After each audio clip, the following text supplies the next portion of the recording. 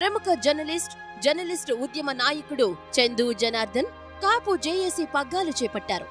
గతంలో కాపు ఉద్యమాలకు తెరవెనుక ఉండి అనేక ఉద్యమాల్లో పనిచేశారు. తుని రైలు దహనం కేసులో కూడా ముద్రగడ న్యాయ పోరాటంలో కీలక పాత్ర పోషించారు.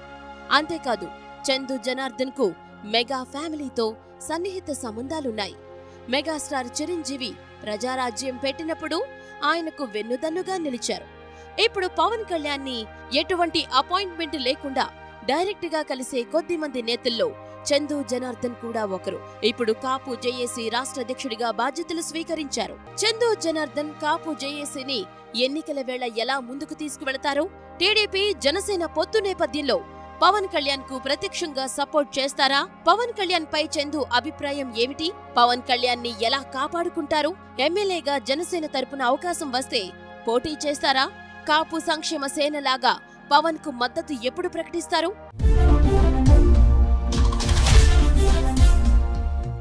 ఉద్యమాలు ఆయనకి కొత్తేమీ కాదు. జర్నలిస్ట్ యూనియన్ నాయకుడిగా ఎన్నో ఉద్యమాలు చేశారు, ఇంకా చేస్తూనే ఉన్నారు. ఇప్పుడు కాపు జేఏసీ నాయకులుగా కొనసాగుతున్న చందు జనార్దన్ గారు కూడా కొన్ని దశాబ్దాలుగా జేఏసీ తరఫున ఎన్నో పోరాటాలు చేశారు. ఈరోజు కాపు జేఏసీ అధ్యక్షులు చందు జనార్దన్ గారితో స్పెషల్ ఇంటర్వ్యూ మీకోసం. నమస్కారం జనార్దన్ గారు. నమస్తే రాజేష్. కాపు జేఏసీ ఎప్పుడు ఆవిర్భవించింది? ఆవిర్భవించిన దగ్గర నుంచి ఇప్పటి వరకు ఏమేమి ఉద్యమాలు చేశారు? అందులో మీ పాత్ర ఏమిటి? రాజేష్ గారు, కాపు జేఏసీ దీన్ని యాక్చువల్గా ఉద్యమ జేఏసీ అని పిలుస్తాం, లేదా ముద్రగడ గారి జేఏసీ అంటాం. కాపులకు సంబంధించిన అంశంలో బీసీ రిజర్వేషను ఏదైతే కాపులుగా ఉన్న వాళ్ళకి మున్నూరు కాపు, తూర్పు కాపు మినహా ఉన్న వర్గాలకి రిజర్వేషన్ లేని పరిస్థితుల్లో దాని గురించి పెద్దల ముద్రగడ గారి నాయకత్వంలో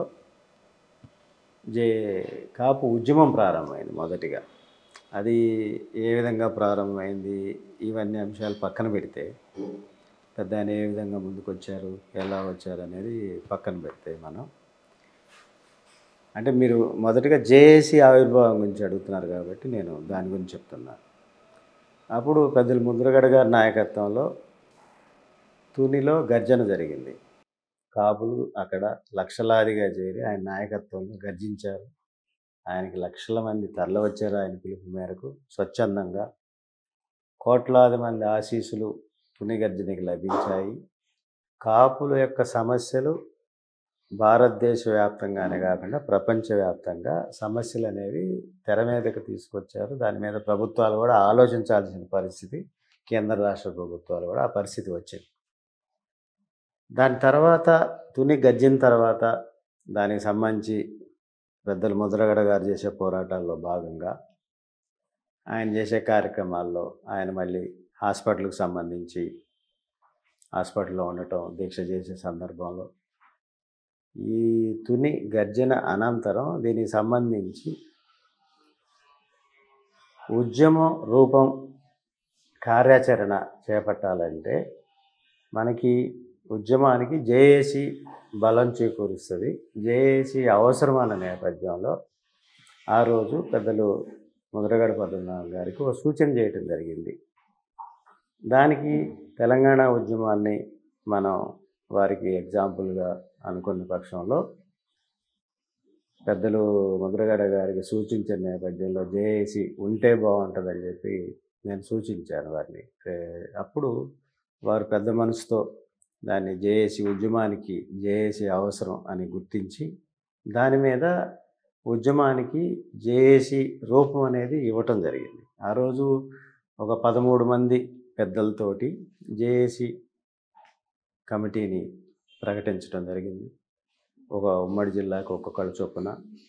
దాంట్లో నేను ఆ 13 మందిలో ఒకటిగా ఉంటూ గుంటూరు జిల్లా జేఏసీ బాధ్యుడిగా 17 నియోజకవర్గాల్లో కూడా అన్ని సమావేశాలు ఏర్పాటు చేసి 6,000 మంది ముఖ్య నాయకులు ఏదైతే మేము నిర్వహించిన గుంటూరు జిల్లా జేఏసీ ఆధ్వర్యంలో నిర్వహించిన సమావేశాల్లో 6,000 మంది ముఖ్య నాయకులను గుర్తించి వారికి ఆ లిస్టు కూడా మేము పెద్దల పద్మనాభం గారికి ఇవ్వడం జరిగింది. ఆ రోజు కిలా రోసే గారు కానీ, మనోహర్ గారు కానీ, పెద్దలు చాలామంది, దాదాపు గుంటూరు వేదికగా 150 మంది ప్రముఖులు గుంటూరు జిల్లా జేఏసీలో పనిచేశారు. ముఖ్యంగా మిత్రుడు పెరియాల శ్రీనివాసు, అదేవిధంగా మనోహర్ బ్రదర్ విక్రమ్ నాయుడు అని, ఇట్లా బండి దుర్గా గారని, అదేవిధంగా బాలశెట్టి విజయ్ అని, ఇట్లా చాలామంది మిత్రులు ఫుల్ టైం ఇన్వాల్వ్ అయ్యి పనిచేసి ఆ రోజు గుంటూరు జిల్లా జేఏసీ అన్ని సమావేశాలు ముందుకెళ్ళే విధంగా, ఎందుకంటే ప్రధానంగా చెప్పుకోవాల్సిన విషయం గుంటూరు జిల్లాలోనే అమరావతి ఉండటం, అక్కడే అసెంబ్లీ కానీ సచివాలయం కానీ ఇవన్నీ కూడా ఉండటం, మంత్రులు, పార్లమెంట్ సభ్యులు, శాసనసభ్యులు అందరూ కూడా గుంటూరు జిల్లా పరిధిలో, అంటే తాడేపల్లి నుంచి మొత్తం కూడా గుంటూరు జిల్లా పరిధి వచ్చే పరిస్థితి ఉంది. అంటే ఆ సందర్భంలో జరిగిన గుంటూరు జిల్లా జేఏసీకి ఆ రోజు అంత ప్రాధాన్యత జరిగింది. ఒక రకంగా చెప్పాలంటే అప్పుడు ప్రభుత్వం కూడా తీవ్రమైన దృష్టి పెట్టింది. అంటే అసలు ఈ జేఏసీ సమావేశాలు ఏ విధంగా జరుగుతున్నాయి, ఏంది, దాంట్లో సబ్జెక్ట్ ఏ విధంగా తీసుకుంటున్నారు జేఏసీ, అనుకూలమైన సంభాషణ ఏంది, వ్యతిరేకమైన సంభాషణ ఏంది అనేది కూడా ఇంటెలిజెన్స్ వర్గాలు ప్రధానమైన దృష్టి పెట్టి ఫోకస్ చేయడం జరిగింది. ఆ విధంగా ఆ రోజు తుని గర్జన తర్వాత ఉద్యమంలో భాగంగా ఉద్యమ జేఏసీ ఆవిర్భవించింది. దాన్ని తర్వాత క్రమంలో దాన్ని ముద్రగడ గారి జేఏసీగా పిలుచుకున్నాం, అదేవిధంగా ఉద్యమ జేఏసీగా పిలుచుకున్నాం. కాపు, తెలగ, బలిజ, ఒంటరి రిజర్వేషన్కి సంబంధించిన అంశంలో దాన్ని జేఏసీగా కూడా పిలుచుకున్నాం. దానికి సంబంధించి ఏదైతే ఈ ఉద్యమ జేఏసీ ఏర్పడిందో అందులో ఎప్పుడూ ముద్రగడ గారి పేరే ఎక్కువ వినిపించేది. కానీ ఆయనతో మీ అనుబంధం ఎలా ఉంది? మీ పాత్ర కీలకమని మాకు తెలుస్తుంది. సో మీ పాత్ర గురించి కొంచెం వివరించండి. అంటే ఇప్పుడు ముద్రగడ గారికి సంబంధించిన అనుబంధం అంటే పెద్దలు వారు, అంటే ఈ సమయం కూడా రాజకీయాలకు సంబంధించి ఒకరికి అనుకూలమని, ఒకరికి వ్యతిరేకమని, లేదా ఒక పార్టీకి అనుకూలమని లేదు, మన సోదరులే మన కుటుంబం నుంచి వచ్చిన అసలు జనసేన నాయకులు ఉండగా అసలు మరో సంభాషణ వద్దు, మీరు ఏకపక్షంగా అసలు జనసేన జిందాబాద్ అనాలి, జనసేనకే ఓటేయాలనే భావన ఎక్కువ మంది సోదరులు అంటూ ఉన్నారు. వాళ్ళందరికీ కూడా నేను సూచించేది ఏంటంటే, ఇప్పుడు ఇంట్లో ఓ తల్లి తండ్రి కడుపున పుట్టిన బిడ్డలంతా కూడా ఒక కుటుంబంలో ఉన్నప్పుడు, ఆ కుటుంబం ఉమ్మడి కుటుంబం అయినప్పుడు ప్రతి వ్యక్తి ఆ కుటుంబ శ్రేయస్సు గురించి ఆలోచిస్తారు, ఆ సోదరు గురించి ఆలోచిస్తారు, ఆ తల్లిదండ్రుల యొక్క శ్రేయస్సు గురించి ఆలోచిస్తారు. బంధం ఆ విధంగా ఉంటుంది. ఇప్పుడు నేను వచ్చేసి ఒక సంఘ నాయకుడిగా లేదా ఒక జేఏసీ బాధ్యతల్లో జేఏసీని ముందుకు తీసుకెళ్లాలని మా తోటి నాయకత్వంతో కలిసి ముందుకెళ్లే క్రమంలో ఉన్న నేపథ్యంలో ముద్రగడ గారికి సంబంధించిన అంశంలో ఇప్పుడు ఈరోజు నిన్నటిదాకా ముద్రగడ గారు వైసీపీకి సంబంధించి చేరే అవకాశం ఉంది, లేదా వైసీపీలో ప్రధానమైన బాధ్యతల్లో ఉండటం కానీ, లేదా కుటుంబం నుంచి ఎవరైనా పోటీ చేస్తారనే నేపథ్యం ఎక్కువ జరిగింది అక్కడ సంభాషణలు కానీ దాని మీద. అప్పుడు మనం గత వారం ఏర్పాటు చేసిన జేఏసీ సమావేశానికి సంబంధించి అన్ని పార్టీలు దాంట్లో పార్టిసిపేట్ చేసినా కూడా వీళ్ళంతా ముద్రగడ గారికి జేఏసీలో పనిచేశారు కాబట్టి ముద్రగడ గారికి చెప్పి చేస్తున్నారు. యాక్చువల్గా అసలు ఈ ప్రధాన ఆరోపణ మొన్నటి వరకు ఉంది ఏంటంటే, ముద్రగడ గారి ప్రతిరూపమే మీరు అన్న ఆరోపణ జనాల్లోకి తీసుకుని వెళ్ళి ఈ జేఏసీ మీద కొంచెం ముద్రగడ గారి ప్రభావం ఉంది అనేది బహిరంగ రహస్యం అన్నట్టు బయట ప్రచారం వెళ్ళిపోయింది. అంటే రాజేష్ గారు, ఇప్పుడు ముద్రగడ గారు వైసీపీలోకి వెళ్తారన్న ఆరోపణలు మొన్నటిదాకా వచ్చాయి. అందుకని ఈ కాపు జేఏసీ మీద వైసీపీ ప్రభావం ఒకవైపు, ముద్రగడ ప్రభావం మరోవైపు బలంగా ఉన్నాయన్న ఆరోపణలు వచ్చాయి. దాని గురించి మీరేమంటారు? బేసిక్గా నేను జర్నలిస్ట్ని. నేను ఒక ట్రేడ్ యూనియన్లో ప్రధాన బాధ్యతల్లో ఉన్న Andhra Pradesh union of working journalist అనేదానికి నేను రాష్ట్ర ప్రధాన కార్యదర్శిని. భారతదేశంలో ఒక 67 సంవత్సరాల క్రితం ప్రారంభమైన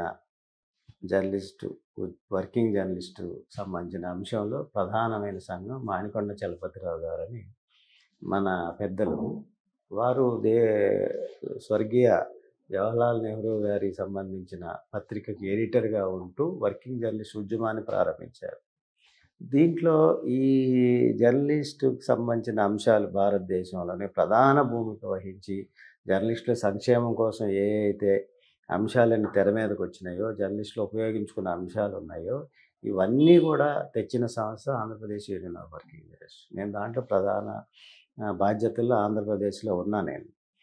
అదే పరిస్థితుల్లో ఆంధ్రప్రదేశ్లో, ఉమ్మడి ఆంధ్రప్రదేశ్లో Andhra Pradesh electronic media journalist association అనేది ఎలక్ట్రానిక్ మీడియాకు సంబంధించిన ఛానల్స్లో పనిచేసే జర్నలిస్టులకి నేను ఫౌండర్ని.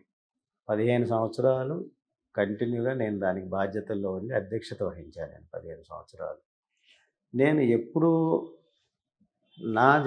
నేను జర్నలిస్ట్గా ఇప్పుడు దాదాపుగా 28, 29 సంవత్సరాలుగా పనిచేసినా కూడా నేను ఒక పార్టీకి అనుకూలం అని కానీ, ఒక పార్టీకి వ్యతిరేకంగా అని కానీ నేను ఎప్పుడూ కూడా ఆ వైపుగా ఆలోచించలేదు. నేను ఏదో ఒక పార్టీకి అనుకూలంగా ఉండాలి లేదా ఒక పార్టీకి వ్యతిరేకంగా ఉండాలనే భావనలో ఏ రోజు వెళ్ళలేదు. నేను సంఘంలో ఉంటూ జర్నలిస్టు సంబంధించిన ఉద్యమాల్లో ఉంటూ కూడా నాకు ఎందుకో మొదటి నుంచి మన వాళ్ళు, మన ఇది కుటుంబం అంటే నేనేదో కాపుల ఉద్యమాల్లో, కాపు కార్యక్రమాల్లో ఉన్నాను కాబట్టి ఇతర కులాలని వ్యతిరేకించడం అనేది ఎప్పుడు జరగలేదు. నేను ఏ విధంగా చూస్తానంటే ఇతర సోదర సామాజిక వర్గాలు ఏ విధంగా పోరాటాలు చేస్తున్నాయి, ఏ విధంగా ఫలాలను తెచ్చుకుంటున్నాయి, వాళ్ళు ఏ విధంగా రాజ్యాధికారం తెచ్చుకుంటా ఉన్నారు, మన వారి యొక్క ఎదుగుదల మీద ఎక్కడ దెబ్బ కొడుతూ విచ్ఛిన్నం చేస్తూ ఉన్నారు, వాళ్ళని కుదేలు చేస్తూ ఉన్నారు. వీటిని నేను గత 30 సంవత్సరాలుగా దాన్ని సున్నితంగా గమనించాను. ఈ అంశాలన్నిటి మీద పెద్దలు మిర్యాల వెంకటరావు గారు ఆ రోజు ఉన్న కాలంలో 2000-2001 ఆ సందర్భంలో నేను అప్పుడు హాత్వే సి ఛానల్కి సంబంధించి హైదరాబాద్లో ఇన్ఛార్జిగా ఉన్నా కంటిన్యూగా 6 ఇయర్స్ పాటు. పెద్దలు దేవేంద్ర రాజశేఖర్ గారు ఎండీగా ఉండేవారు. నేను వారి సంస్థలో వారికి నేను తర్వాత న్యూస్ విభాగానికి సంబంధించి నేను బాధ్యతలో ఉన్నా. అటువంటి పరిస్థితుల్లో మిర్యాల వెంకటరావు గారు ఒకసారి పిలిచి పెద్దలు ఏవి రత్నం గారు, అదేవిధంగా కటారప్పారావు గారు వీళ్ళ నాయకత్వంలో మమ్మల్ని పిలవటం జరిగింది. పిలిచి ఆ రోజు మన కుటుంబ సభ్యులు జర్నలిస్టులకు సంబంధించి ఒక సమావేశం ఏర్పాటు చేయమంటే మేము ఆ రోజు సీనియర్స్గా ఉన్న, ఆ రోజు ఏదైతే మన కుటుంబాల నుంచి అందుబాటులో ఉన్న సీనియర్స్గా ఉన్న ముఖ్యులు కొంతమంది వారి దగ్గర సమావేశమై అప్పుడు మేము కాపు జర్నలిస్టుల సమావేశం ఏర్పాటు చేసాం 2001లో. ఆ రోజు మేము హైదరాబాద్ వేదికగా ఏర్పాటు చేసిన సమావేశంలో దాదాపు 120 మంది మన కుటుంబాల నుంచి హాజరయ్యారు. నిర్వహణకు సంబంధించిన అంశంలో నేను, పెద్దల తోట భావనారాయణ గారు, రామ్మోహన్ నాయుడు గారు, అదేవిధంగా చెన్ను శివప్రసాద్ గారు, ఆకుల అమరయ్య గారు, ఆకిరి రామకృష్ణ గారు అని చెప్పి మన దీంట్లో దూరదర్శన్ డైరెక్టర్గా ఉండేవాళ్ళు వారు, గుర్రంకొండ శ్రీకాంత్ గారు, వార్తా జర్నలిజం కాలేజీకి ప్రిన్సిపాల్గా ఉండేవాళ్ళు, అదేవిధంగా సమ్మెట్ నాగమల్లేశ్వరరావు గారు, దుర్గం రవీంద్ర గారు, అదేవిధంగా మహంతి వెంకటరావు గారు, ఇట్లా పండలనేని గాయత్రి గారు, ఈ విధంగా అదేవిధంగా ఆకుల అమరయ్య గారు, ఇంకా సోదర మిత్రులు బివి ప్రసాద్ గారు అని ఇట్లా మిత్రులు మేము దాదాపుగా ఆ రోజు 30 మంది జర్నలిస్టులు కలిసి సమావేశం. అంటే మేమంతా ఎవరికి సంబంధించిన వాళ్ళ కార్యక్రమాల్లో, ఎవరికి సంబంధించిన వాళ్ళ ఆలోచన విధానంలో ముందుకెళ్ళినా కూడా ఆ రోజు 30 మంది మన జర్నలిస్టులు కలిపి సమావేశాలు ప్రతి సంవత్సరం 1-2 వేదికలు మేము పంచుకునేవాళ్ళం. ఆ విధంగా ఒక్కొక్క సందర్భంలో 600 పైకి జర్నలిస్టు కూడా వచ్చిన సందర్భాలు ఉన్నాయి. ఇప్పుడు తెలంగాణలో తెలంగాణ మున్నూరు కాపు సంఘం అని మన సోదరుడు ఒక సంఘం ఏర్పాటు చేశాడు. కొత్త లక్ష్మణ్ ఆధ్వర్యంలో సంఘం నడుస్తుంది. దాదాపు అన్ని జిల్లాల్లో కమిటీలోనే దానికి సంబంధించి 4,000 మంది సభ్యత్వం ఉన్నారు. జర్నలిస్ట్ ఫోరం అంటారు. ఈ విధంగా జర్నలిస్ట్గా ఉంటూనే ట్రేడ్ యూనియన్ మూవ్మెంట్ చేసుకుంటూనే మన కుటుంబ సభ్యుల కోసం పూర్తిగా ఒక ఆలోచనతోటి మన కుటుంబ సభ్యులు ఇతరులతో కలిసి ప్రయాణం చేయటం జరిగేది ఆ సందర్భాల్లో. మీరు అన్నట్టుగా ఇప్పుడు ముద్రగడ పద్మనాభం గారు మొన్న వైసీపీకి సంబంధించిన ఆలోచన చేస్తున్నారని మనం మీడియాలో చూసాం. ఈరోజు ఇవాళ టీడీపీ కానీ జనసేనకు సంబంధించిన అంశాల్లో కూడా వారు ఉన్నారు. వారు గత 2 సంవత్సరాల క్రితం ప్రకటించారు ఏమని, ఏదైతే ఉద్యమ జేఏసీకి సంబంధించిన అంశంలో కానీ, కాపు రిజర్వేషన్లకు సంబంధించిన అంశంలో కానీ ఈ కార్యక్రమాల్లో నేను పాల్గొనను, దీనికి సంబంధించి పూర్తిగా వైదొలుగుతున్నాను అనేది ప్రకటన చేయటం జరిగింది వారు. కాబట్టి ముద్రగడ గారు ఏదైనా ఉంటే నేరుగా ప్రకటిస్తారు కానీ ముద్రగడ గారు వెనక నుంచి ఏ రాజకీయం చేయరు. ఆయన ఆయన స్వభావమే ముక్కుసూటిగా ఉంటారు. ఆయన ఏది మాట్లాడతారో అది కూడా అంతర్గతంగా కూడా అదే ఉంటుంది. దాని మీద అంటే నేను గమనించిన మట్టికి ఎప్పుడు కూడా ఆయన చెప్పేది సూటిగా చెప్తారు, అది జరిగేది చెప్తారు. అంతేగాని వేరే కోణంలో వ్యూహాలు లేకపోతే ఇంకోటి అనేది వారు ఎప్పుడు కూడా నేను గమనించిన మట్టికి జరగలేదు. కాబట్టి ముద్రగడ గారితో కలిసి మనం అన్ని సంవత్సరాలు ప్రయాణించటం, ముద్రగడ గారికి సంబంధించిన ఉద్యమంలో ఆ రోజు నేను నెంబర్ 1 ఛానల్కి ఎగ్జిక్యూటివ్ డైరెక్టర్గా ఉన్నా. దాంట్లో ముద్రగడ గారికి సంబంధించి ఆయన ప్రకటన నెంబర్ 1 వేదికగా నేను కాపుల సంక్షేమం కోసం, భావితరాల భవిష్యత్తు కోసం, వారి భావితరాల భవిష్యత్తు కోసం నేను పోరాటం చేస్తాను, ఉద్యమం చేపడతాను అనే ప్రకటన అంతకుముందు మేము వారితో ఒక 5-6 సమావేశాలు ఏర్పాటు చేసినా కూడా, మేము కలిసినా కూడా ఆ ప్రకటన అనేది వచ్చి నెంబర్ 1 ఛానల్లో నెంబర్ 1 వేదికగా హైదరాబాద్లో వారు ప్రకటించారు. ఆ ప్రకటించిన తర్వాత ఆ ముఖ్యుల్లో నేను కూడా ఉన్నాను, ఆ జేఏసీలో ఉన్నాను. ఆ జేఏసీలో ప్రధానమైన బాధ్యతలో ఉన్న 13 మందిలో ఉన్నాను. గుంటూరు సంబంధించి బాధ్యతలు నిర్వహించాను. దాంట్లో కీలకంగా ముద్రగడ గారితో ప్రయాణం చేసిన నేతలు పూర్తి సమయం కేటాయించి ఇంకా ఉన్నారు. ఇప్పుడు ఆకుల రామకృష్ణ గారు కానీ, వాసిరెడ్డి యేసుదాస్ గారు, తాతాజీ గారు, హైదరాబాద్ వేదికగా కటార పారావు గారు, శ్రీధర్ గారు, అదేవిధంగా నీలం రాంబాబు నాయుడు గారు, నెల్లూరు రాఘవయ్య గారు, అదేవిధంగా అనంతపురంలో అమర్నాథ్ గారు. ఈ విధంగా పోల్చుకుంటే తాతాజీ గారు, నల్లా విష్ణు గారు వాళ్ళకి ఈ రిజర్వేషన్ సంబంధించి ఉద్యమం ప్రారంభమైంది వాళ్ళ ఇంటికాడ నుంచి గతంలో జరిగింది. అది మీకు వెస్ట్ గోదావరికి సంబంధించి ఆరేటి ప్రకాష్ గారు కానీ, చిన్నమిల్లాడి గారు కానీ, వైజాగ్ బేస్ తోటరాజు గారు ఇప్పటికి కూడా వారు వైసీపీలో ఉన్న ఉద్యమంలో పూర్తి సమయం కేటాయించిన పెద్దలు ముద్రగడ గారికి అందుబాటులో ఉంటారు ఈరోజు కూడా. అట్లా నల్లా విష్ణు గారు కానీ, నల్లా పవన్ గారు కానీ, ఇంకా కీలకంగా చాలామంది అంటే హైదరాబాద్ ముత్యాల రామదాస్ గారు ఉన్నారు. వారు పెద్దలు దాసనారాయణరావు గారితో చాలా సన్నిహితంగా ఉంటారు. మేము హైదరాబాద్ వేదికగా ఏర్పాటు చేసిన కొన్ని కార్యక్రమాల్లో పార్క్ రైతులో దాసర్ గారు, చిరంజీవి గారిని కలిపి ముఖ్యులుగా 30 మందితో ఏర్పాటు చేసిన సమావేశానికి సహకరించి దాసర్ గారి ముందుకు తెచ్చింది ముత్యాల రామదాస్ గారు. దాసనారాయణరావు గారి ఇంట్లో చిరంజీవి గారికి, అదేవిధంగా దాసనారాయణరావు గారికి, జేఏసీ నాయకత్వానికి పెద్దలు ముద్రగడ గారిని ఆహ్వానించి హాస్పిటల్లోంచి బయటకు వచ్చినాక హైదరాబాద్ వేదికగా తిరిగే సందర్భంలో ఆహ్వానించి వాళ్ళ ఇంట్లో భోజన కార్యక్రమం ఏర్పాటు చేయడానికి క్రియాశీల బాధ్యత రామదాస్ గారు. ఇట్లా మోహన్ బాబు గారిని కలిసే క్రమం కానీ, లేకపోతే హైదరాబాద్ వేదికగా పెద్దలను కల్పించే సందర్భాలు కానీ, ఈ విధంగా ముత్యాల రామదాస్ గారు ఉద్యమంలో చాలా కీలకంగా ఉన్నారు. ఆ రోజున కానీ ఈ రోజున కూడా. ఈ విధంగా ప్రధానమైన ఆలోచన మీద అంతా విజయవాడకు సంబంధించి పిచ్చేనాయుడు గారు కానీ, అడప నాగేంద్ర గారు, అక్కల గాంధీ ఇప్పుడు జనసేనలో ఉన్నారు వారు, ఆకుల శ్రీనివాస్ గారు, ఈ విధంగా రాజు గారు అని ఇంకొక ఆయన అడ్వకేట్గా ఉన్నారు. ఇట్లా ప్రతి జిల్లాలో 5 నుంచి 10 మంది పెద్ద నాయకత్వం, దాని తర్వాత జిల్లా స్థాయిలో 150 మంది 200 మంది దాకా జిల్లా స్థాయి నాయకత్వం. ఈ రోజుకి ఆ రోజుల్లో ప్రధానమైన నాయకత్వం నుంచి పనిచేసిన నాయకత్వం దాదాపుగా 30,000 మంది జేఏసీలో పనిచేసిన వాళ్ళు ఉన్నారు. వాళ్ళు ఇప్పుడు ఆ పని చేస్తూనే ముందుకెళ్తూ ఉన్నారు.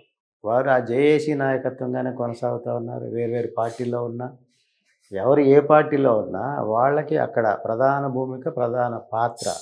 వాళ్ళు కాపు జేఏసీ నాయకులుగానే కొనసాగుతూ ఉన్నారు. ఎందుకంటే వాళ్ళు ఆ ఉద్యమాల సందర్భంలో వాళ్ళని చాలా సందర్భాలు అరెస్ట్ చేశారు.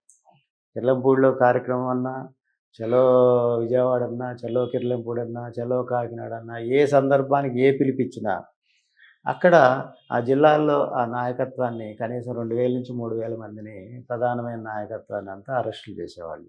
వాళ్ళంతా ఉద్యమంలో కీలకంగా ఉన్నవాళ్ళే. ఆ అరెస్టుల సంఖ్య చూసుకుంటే నీకు ఎంతమంది ఉన్నారో, ఎన్ని వేల మంది అరెస్టులు అయ్యారో వాళ్ళంతా కూడా జేఏసీలో ప్రధాన భూమిక, ప్రధానమైన నాయకత్వంగా వాళ్ళు ముందుకు పోయిన వాళ్ళే. ఈ ప్రశ్న అడగడం కారణం ఏంటంటే మీ గురించి నాకు ప్రత్యేకంగా తెలుసు. ఎందుకంటే నేను కూడా ఏపీయూడబ్ల్యూజే గుంటూరు జిల్లా ఉపాధ్యక్షులుగా మీ నాయకత్వంలో వర్క్ చేస్తున్నాను. సో మీ క్రెడిబిలిటీ ఏంటో నాకు తెలుసు. కాకపోతే కొన్ని ఆరోపణలు, ఎందుకంటే ముద్రగడ గారి మీద కొంచెం వైసీపీకి ఫేవర్గా ఉన్నారు, చిరంజీవికి పవన్ కళ్యాణ్కి వ్యతిరేకి అనే కొన్ని ఆరోపణలు ఆయన మీద ఉన్నాయి. ఆ ఆరోపణలు కంటిన్యూ అవుతున్నాయి. ఈరోజు ముద్రగడ గారు కనుక జనసేనలో జాయిన్ అయితే దానికి మీరు స్వాగతిస్తారా? అంటే ఇక్కడ మీరు ఇంతకుముందు ఒక క్వశ్చన్ అడిగారు, ఆయన వైసీపీకి వెళ్తున్నారు కాబట్టి నేను ముద్రగడ గారికి గతంలో వారి నాయకత్వంలో పనిచేశాను కాబట్టి ఆ వైపు అని. ఇప్పుడు వారు టీడీపీకో జనసేనకి వెళ్తారు. ఇక్కడ మన సోదర మిత్రులు కానీ లేదా మన కుటుంబ సభ్యులు కానీ సంఘ నాయకులు కానీ గమనించాల్సింది, వాళ్ళు ఆహ్వానించాల్సింది ఏంటంటే, ఎవరైనా కుల సంఘ బాధ్యతల్లో లేదా జేఏసీ బాధ్యతల్లో ఉంటే వాళ్ళు పార్టీలకు అతీతంగా పనిచేసి మన వారి కోసం మన వారికి ఏదైతే లాభమో ఆ విధంగా గళం విప్పితే వారికి కూడా లాభం జరుగుతుంది. సంఘంలో ప్రధాన బాధ్యతల్లో ఉన్నతను వారి కుటుంబం నుంచి వచ్చిన పవన్ కళ్యాణ్ గారిని కాపాడుకుంటామంటేనో మద్దతు తెలుపుతామంటేనో ఇతర ప్రజలు ఆహ్వానిస్తారు, స్వాగతిస్తారు. అసలు ఫలానా సంఘ నాయకుడు అదే పార్టీలో ఉండగా పార్టీ కార్యకర్త అవుతాడు. కానీ ఫలానా ఒక వ్యక్తి ఎక్స్ ఆర్ వై ఒక కుల సంఘానికి నాయకత్వంలో ఉన్నారు, వారు ఆ పార్టీలో కార్యకర్తగానో నాయకుడుగానో ఉన్నారు. ఇక వాళ్ళ వాయిసు ఆ పార్టీకి సంబంధించిన నాయకుడి వాయిస్గా ఉంటుంది, కానీ ఆ పార్టీకి సంబంధించిన కార్యకర్త వాయిస్గా ఉంటుంది. కానీ కులాన్ని రిప్రజెంట్ చేస్తూ కుల నాయకత్వం ఎక్కడ ఉంటుంది అది? ఇప్పుడు మనం నిన్న కృష్ణమాధవ్ గారు వచ్చారు, మనకి ఒక మద్దతు తెలిపారు. ఇప్పుడు గత 30 సంవత్సరాలుగా కృష్ణమాధవ్ గారు ఎంఆర్పిఎస్ స్లోగన్ తీసుకుని ఏ పార్టీకి సంబంధం లేకుండా ఉద్యమం చేసి దానికి సంబంధించి ఉద్యమాలు చేస్తూనే వాళ్ళకున్న ఆలోచన, వాళ్ళకి ఏదైతే సమస్య ఉందో దాని మీద పోరాడుతూ ఈరోజు భారతదేశ వ్యాప్తంగా ఉద్యమాల్లో ప్రధానమైన నాయకుడిగా ఉన్నారు. ఎందుకున్నారు అంటే, ఇప్పుడు ఒక ప్రధానమంత్రి, భారతదేశ ప్రధానమంత్రి ప్రపంచంలో ప్రజాస్వామ్య వ్యవస్థలో ఒక పెద్ద దేశమైన భారతదేశానికి గట్టి ప్రధానమంత్రి అని ప్రపంచ స్థాయిలో నానుకున్న గౌరవ్ మోడీ గారు హైదరాబాద్ వేదికగా లక్షలాది మంది ఎంఆర్పిఎస్ నేతలు కానీ వారి అభిమానులు కానీ ఎంఆర్పిఎస్ సభ్యులు కానీ హాజరైన సభలో కృష్ణమాధవ్ గారిని హక్కును చేర్చుకుని అంత ప్రాధాన్యత ఇచ్చి, ఎందుకు జరిగింది ఇదంతా? వారు చేసిన ఉద్యమ నాయకత్వం, వారు చేసిన ప్రధానమైన భూమిక, ఇవన్నీ కూడా వారు చేసే నాయకత్వానికి క్రెడిబిలిటీ ఇవ్వటం ద్వారా సాక్షాత్తు భారత ప్రధాని గారే వారిని ఆ వేదిక పంచుకుని వారి గురించి మాట్లాడుతూ అంత గొప్ప గౌరవాన్ని ఇచ్చారు. మరి ఈ సంఘాల్లో ఉన్న మన సోదర నాయకులు కానీ మిత్రులు కానీ అన్నగారు టాపిక్ తెచ్చారు కూడా చెప్తున్నాను. రాష్ట్ర వ్యాప్తంగా ఇప్పుడు సంచలనం ఏంటంటే మందాకృష్ణమాదిగ గారు సడన్గా ఈ డిసిషన్ ఎందుకు తీసుకున్నారు? మీరేమన్నా పిలిచారా? ఆయనంతటా ఆయన వచ్చి జేఏసీకి మద్దతు పలికారా? కాపు జేఏసీగా లేదా కాపు జాగృతిగా లేదా హైదరాబాద్ వేదికగా ఉన్న విశ్వ సంఘాల సమాఖ్య ఏదైతే తెలంగాణ రాష్ట్ర ప్రభుత్వం కాపులకి ఏదైతే 7 ఎకరాల భూమి ఉందో దానికి సంబంధించి సొసైటీకి సంబంధించి కానీ, అక్కడ ఇంకో ముఖ్యమైన తెలంగాణ మున్నూరు కాపు సంఘం ఏదైతే ఒక సంఘం ఒకే కులం పేరు మీద తెలంగాణలో ఉన్న పెద్దలంతా కలిపి ఒక ఎపెక్స్ కమిటీ అని ఉంటుంది. దానికి కమలాకర్ గారు చైర్మన్గా ఉన్నారు, గౌరవ ఎంపీ గారు వడ్డిరాజు రవిచంద్ర గారు గౌరవాధ్యక్షులుగా ఉన్నారు. ఎపెక్స్కి ఒక కన్వీనర్ ఉంటారు, ప్రధానంగా పురుషోత్తం గారని. మొత్తంగా తెలంగాణలో ఉన్న ప్రముఖులంతా కలిసి 27 మందితో ఎపెక్స్ కమిటీ ఉంటుంది. దీనికి మేధావులు అంటే ప్రధానంగా మనం చెప్పుకోవాలి. అంతకుముందు తెలంగాణ పబ్లిక్ సర్వీస్ కమిషన్ మెంబర్గా ఉన్న సోదరులు విఠల్ గారు కానీ ప్రకాష్ గారు కానీ వీరంతా సామాజిక అంశంలో సామాజిక నేపథ్యాన్ని క్రోడీకరించి సంఘం ఎలా ఉండాలి, సంఘం ఏ విధంగా ఉండాలి, దీన్ని పోలిట్ బ్యూరో లాగా ఒక ఎపెక్స్ ఏర్పాటు చేసి సంఘాన్ని ఏ విధంగా కొనసాగించాలనే దాంట్లో బైలాస్ రాసుకుని వాళ్ళు కార్యక్రమం చేశారు. ఆ తెలంగాణ మున్నూరు కాపు సంఘంగా ఉన్న ఎపెక్స్లో చందు జనార్దన్ కూడా సభ్యుడు. దాంట్లో కూడా గౌరవాధ్యక్షులుగా 3 పార్టీల నుంచి ఉంటారు, కాంగ్రెస్ నుంచి, బీజేపీ నుంచి, బీఆర్ఎస్ నుంచి. కాబట్టి ఈ విధమైన ప్రక్రియతోటి మనం కార్యక్రమాలన్నీ చేసుకుంటా వెళ్తున్నాం మనం. ఇప్పుడు మందాకృష్ణమాదిగ గారితో భవిష్యత్తుగా ఏమన్నా కార్యాచరణ రూపంలో ఏమన్నా ఉద్యమాలు చేపడతారా? ఆయన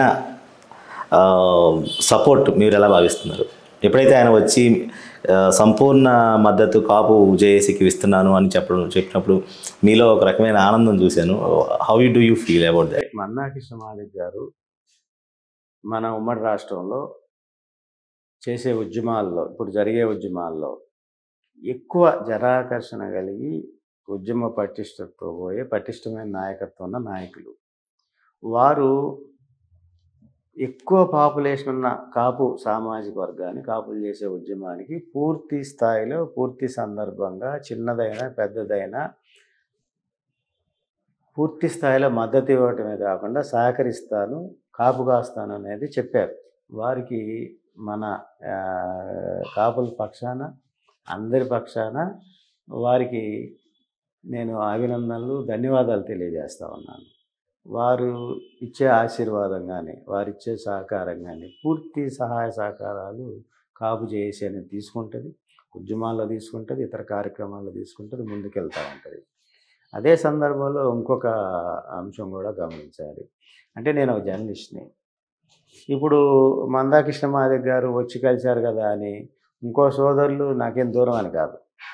ఇప్పుడు నాకు జూపూడి ప్రభాకర్ గారు కూడా నాకు ఒక 30 సంవత్సరాలుగా సన్నిహితులు, మంచి స్నేహితులు. మేమిద్దరం లైవ్లో వేదికలు పంచుకునే దాదాపుగా ఒక 200 నుంచి 225 వేదికల దాకా లైవ్లు కూడా మేము ఇద్దరం పంచుకుంటుంది. నేను యాంకర్గా, వారు నా కార్యక్రమాల్లో దీనికి ముందుకు పోయే పరిస్థితుల్లో నాకు వారి ఆశీస్సులు కూడా ఉంటాయి తప్పనిసరిగా. కాకపోతే ఇక్కడ 30 సంవత్సరాల స్నేహపూర్వ వాతావరణంలో ఒక జర్నలిస్ట్గా నేను వారికి వారు ఉద్యమం ప్రారంభించి నేటి దాకా నేను ఏ విధంగా వారి పట్ల స్పందించాను, ఎవరు ఉద్యమాలు చేసినా ఏ విధంగా నేనే సహకరిస్తాను, వారితో ఏ విధంగా ఉంటాను అనే దాంట్లో ఇవన్నీ కూడా నాకు నేను వ్యక్తిగతంగా ఏ విధంగా ఉంటాననే దాంట్లో వాళ్ళకున్న అభిమానం కానీ, ప్రేమ, అదేవిధంగా వారికి మిర్యాల వెంకట్రావు గారి పట్ల కానీ, స్వర్గీయ వంగవీటి మోహన్ రంగా గారి పట్ల కానీ వారికి ఉన్న అపారమైన గౌరవం, ముఖ్యంగా కాపుల పక్షాన వారికి ఉన్న గౌరవం, వీటన్నిటికి కూడా కలిపి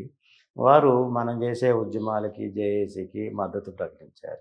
ఆయన క్లియర్గా ఒక మాట చెప్పారండి. వంగవీటి మోహన్ రంగా గారి గురించి ఆయన మాట్లాడుతున్నప్పుడు ఆయనలో ఒక రకమైన భావోద్వేగం చూసాం మేము. ఒక రకంగా చెప్పాలంటే వంగవీటి మోహన్ రంగా ఒక కాపుల వ్యక్తి కాదు, అణగారిన వర్గాలు, బీసీలు కావచ్చు, ఎస్సీలు కావచ్చు, ఎస్టీలు కావచ్చు, ప్రతి ఒక్క అణగారిన వర్గాలు మొత్తం రంగాకి కాపు కాశాయి, రంగా ఒక కాపు కులస్తుడు కాదని చెప్పారు. సో రంగా మీద ఎందుకని కాపు కులం, కాపు నాయకుడు అని చెప్పేసి ఇప్పుడు వస్తున్న సోకాల్డ్ సంఘాలన్నీ రంగా అంటే కాపు అన్నది బాగా పాపులర్ అయ్యి బాగా అన్ని ఏమన్నా సరే ఈ రోడ్డుకు ఒక కుల సంఘాలు పుట్టుకొస్తున్నాయి కాపుల పేర్లతో. వాళ్ళందరూ రంగా గారిని తీసుకొచ్చి ఒక కాపు కులానికి రంగా గారిని ప్రతినిధిలాగా చేస్తున్నారు. అది తప్పు అని ఆయన కూడా అన్నారు. దాని మీద మీకు రాజేష్ గారు, ఇప్పుడు మీరు ఒక మాట అన్నారు, ఏమని రోజుకు ఒక కుల సంఘం. ఆ కుల సంఘాలని మనం ఆహ్వానించాలి. వాళ్ళు వచ్చేవాళ్ళు చిన్న స్థాయిలో రావచ్చు, లేదా పెద్ద స్థాయిలో రావచ్చు. వారెమ్మటే ఓ 10 మందినో 20 మందినో సామాజిక నేపథ్యంలో, సామాజిక స్పృహతో వారితో పాటు కొంత టీం అనేది బయటికి సమాజంలోకి రావటం జరుగుతుంది. వారి ద్వారా గొప్ప నాయకత్వం కూడా రావచ్చు. ఇప్పుడు వేదికలు రావటం కులానికి మంచిదే, వేదికలు పంచుకోవటం కూడా కులానికి మంచిదే. ఇతరులు ఇప్పుడు ఒక సంఘమో లేకపోతే ఒక వ్యక్తితో నాయకత్వం చేస్తున్నాడని ఇతర నాయకత్వం రాకూడదనే భావన మనలో ఉండకూడదు. అతను కూడా మనం ఏదైతే ఆలోచనతో ముందుకు పోతా ఉన్నామో, ఇప్పుడు కాపు జేఏసీ అంటున్నాం, లేదా కాపు జాగృతి అంటున్నాం, లేదా విశ్వ సంఘాల సమాఖ్య అంటున్నాం. ఇప్పుడు జాయింట్ యాక్షన్ కమిటీ మీన్స్ దాంట్లో అన్ని సంఘాల కలయికే జేఏసీ. అన్ని సంఘాల కలయిక, ఇది రకరకాల విభాగాల్లో పనిచేసే వాళ్ళకి సంబంధించి కలయిక, మేధావులు కానీ, సమాజంలో ఉన్న ప్రముఖులు కానీ ఎవరినైనా జేఏసీ రూపంలో తీసుకోవచ్చు. ఈరోజు కొత్తగా ఉద్భవించే సంఘ నాయకులు చాలా గొప్పగా కూడా ప్రజలకు ఉపయోగపడే పనులు చేయొచ్చు. వాళ్ళని నేను ఆహ్వానిస్తున్నా. వాళ్ళు ఎంతమంది వచ్చినా కూడా కాకపోతే ఒక బ్రాడ్ థింకింగ్, ఎవరు కార్యక్రమాలు చేసినా రాజకీయాలకు అతీతంగా, పార్టీలకు అతీతంగా వాళ్ళు సామాజిక సేవ చేయాల్సిన అవసరం ఉంటుంది. చేయటాన్ని కూడా మనం గొప్పగా భావించాలి. ఈరోజు రోజువారీ కార్యక్రమానికి వెళ్తే, ఏదైనా పని చేసుకుంటే వారికి వచ్చే ఆదాయం, దాని మీద వారి జీవితం కొనసాగుతుంది. అట్లాంటిది వాళ్ళు ఎవరో ఒకళ్ళు ఏదో ఒక పని చేసుకుంటూ సామాజిక స్పృహతో ఆ కులంలో వాళ్ళు పుట్టారు కాబట్టి మా కుటుంబాలకి, మా కులానికి, మా జాతికి వాళ్ళు ఎక్కడో గమనించుంటారు నష్టం జరుగుతుంది. ఆ నష్టాన్ని మేము కూడా కొంత ప్రయత్నం చేయాలనే దాంట్లో వాళ్ళొస్తారు. వాళ్ళకి సహకరించాలి మనం. వాళ్ళని గొప్పగా చూడాలి. వాళ్ళని చాలా గౌరవంగా కూడా చూడాల్సిన అవసరం ఉంది. ఏ సంఘంలో, ఏ కులంలో, ఏ నాయకత్వంలో, ఎటువంటి వర్గంలో అయినా వాళ్ళు సామాజిక సేవ చేయడానికి వచ్చినప్పుడు. ఎందుకంటే అన్నిటికంటే విలువైనది సమయం. ఆ సమయాన్ని వెచ్చించి వాళ్ళు కుటుంబాలని కూడా కాదనుకుని ముందుకొచ్చి చేస్తూ ఉన్నారు. జరిగే క్రమంలో ఒకళ్ళకి ఇష్టం ఉండొచ్చు, ఒకళ్ళకి ఇష్టం ఉండకపోవచ్చు. కాబట్టి మనం దాన్ని పరిగణలో తీసుకోవాల్సిన అవసరం లేదు. కొన్ని కుల సంఘాలు కాపు సంక్షేమ సేన కావచ్చు, మ్యాక్సిమం కుల సంఘాలు డైరెక్ట్గా పవన్ కళ్యాణ్కి మా పూర్తి సపోర్ట్ అని చెప్పేసి ప్రకటించి ఉన్నాయి. కాపు చేసి పవన్ కళ్యాణ్ పట్ల మీ అభిప్రాయం ఏంటి? సపోర్ట్ చేస్తున్నారా? పెద్దలు హరిరామరావు గారు కాపు సామాజిక వర్గంలో సుదీర్ఘమైన నాయకత్వంతో పాటుగా వారికి ఉన్న మేధస్సు, అనుభవాలు, వారు చాలా అంశాల్లో ఈ 50-60 ఏళ్ల ప్రస్థానంలో కుల సంబంధించి కానీ, రాజకీయాలకు సంబంధించి కానీ, ప్రభుత్వాలకు సంబంధించి కానీ వారు ప్రత్యక్ష సాక్షులు. అంటే ఇన్వాల్వ్ అయి ఉన్నారు. పార్లమెంట్ సభ్యుడిగా కానీ, మంత్రిగా కానీ, పెద్దగా కానీ, ప్రజాప్రతినిధిగా కానీ ఎన్నో అంశాల్లో వారిని గౌరవించుకోవాలి. వారిని గౌరవించుకోవాల్సిన బాధ్యత కూడా అందరి మీద ఉంటుంది. ఈ వయసులో ఇంత పెద్ద మనిషిగా ఉండి వారు ఒక ఆలోచన చేశారు. దాంట్లో ఆయనకున్న విజన్ ఏంటంటే కాపు కుటుంబం నుంచి వచ్చిన ఒక పెద్ద మనిషి పార్టీని పెట్టారు. వారు పార్టీ అధినేతగా పవన్ కళ్యాణ్ గారు రాజకీయ పార్టీని ఏ విధంగా ముందుకెళ్ళాలి, దానికి పట్టువిడుపులతో ఏ విధంగా ముందుకెళ్ళాలనే దాంట్లో వారి ఆలోచన విధానాలు ఒకవైపు ప్రయాణిస్తూ ఉంటే, దానికి హరిరామరావు గారు ఒక అంశాన్ని గమనించారు. సామాజిక అంశంలో జనసేనకి పార్టీగా కాపులు అనేది కాకుండా ఒక కుల సంఘంగా మేమంతా కాపు సామాజిక వర్గం అంతా సంక్షేమ సేన ద్వారా జనసేన కోసం కృషి చేస్తుందని ప్రకటించి ఆయన సంఘం పెట్టారు. ఆయన ఓపెన్గానే చేశారు. దాంట్లో అంటే ఇతర పార్టీలో ఉన్న వాళ్ళని ఇంకో రకంగా రావాలనో లేకపోతే హిడెన్ ఏజెండాతో చేయలేదు వారు. నేను సంక్షేమ సేన కాపు కులం కోసం పెట్టాను. దాన్ని జనసేన విజయవంతం వైపు తీసుకెళ్ళాలనే దాంట్లో ఆయన ఒక ఏర్పాటు చేశారు. వారి పెద్దలిద్దరూ మాట్లాడుకున్నారు. వారి అధ్యక్షతన జరిగే సమావేశంలో పవన్ కళ్యాణ్ గారు దాంట్లో పార్టిసిపేట్ చేశారు. సామాజికంగా ఏ అంశాలు బాగుంటాయి, ఏ అంశాలైతే పార్టీ అధినేతకి కాపు వర్గానికి బాగుంటాయి, ఎటువంటి ఆలోచనతో ముందుకెళ్ళాలనే దాంట్లో అనేక సూచనలు చేశారు. వారు అనేక లేఖలు రాశారు. ఇవన్నీ కూడా జరిగినాయి సంక్షేమ సేనకి పవన్ కళ్యాణ్ గారికి, సంక్షేమ సేనకి జనసేనకి మధ్య. కాబట్టి అది ఎవరైనా ఆహ్వానించాలి, ఎవరైనా గౌరవించాల్సిన అంశం అది. దీంట్లో హిడెన్ ఏజెండా లేదు. దీంట్లో నేను రాజకీయాలకు అతీతంగా ఉంటానని ఆయన చెప్పలా, లేదు నేను కులం కోసం అందరి కోసం పనిచేస్తానని చెప్పలేదు. నేను ఏదైతే కాపు వర్గాలు ఉన్నాయో వాళ్ళకి సంబంధించిన అంశంలో సంక్షేమ సేన ద్వారా జనసేనని విజయవంతం వైపు ముందుకు తీసుకెళ్లాల్సిన అంశంలో వారు ఒక ఆలోచన చేసి దాన్ని ముందుకు తీసుకెళ్లారు.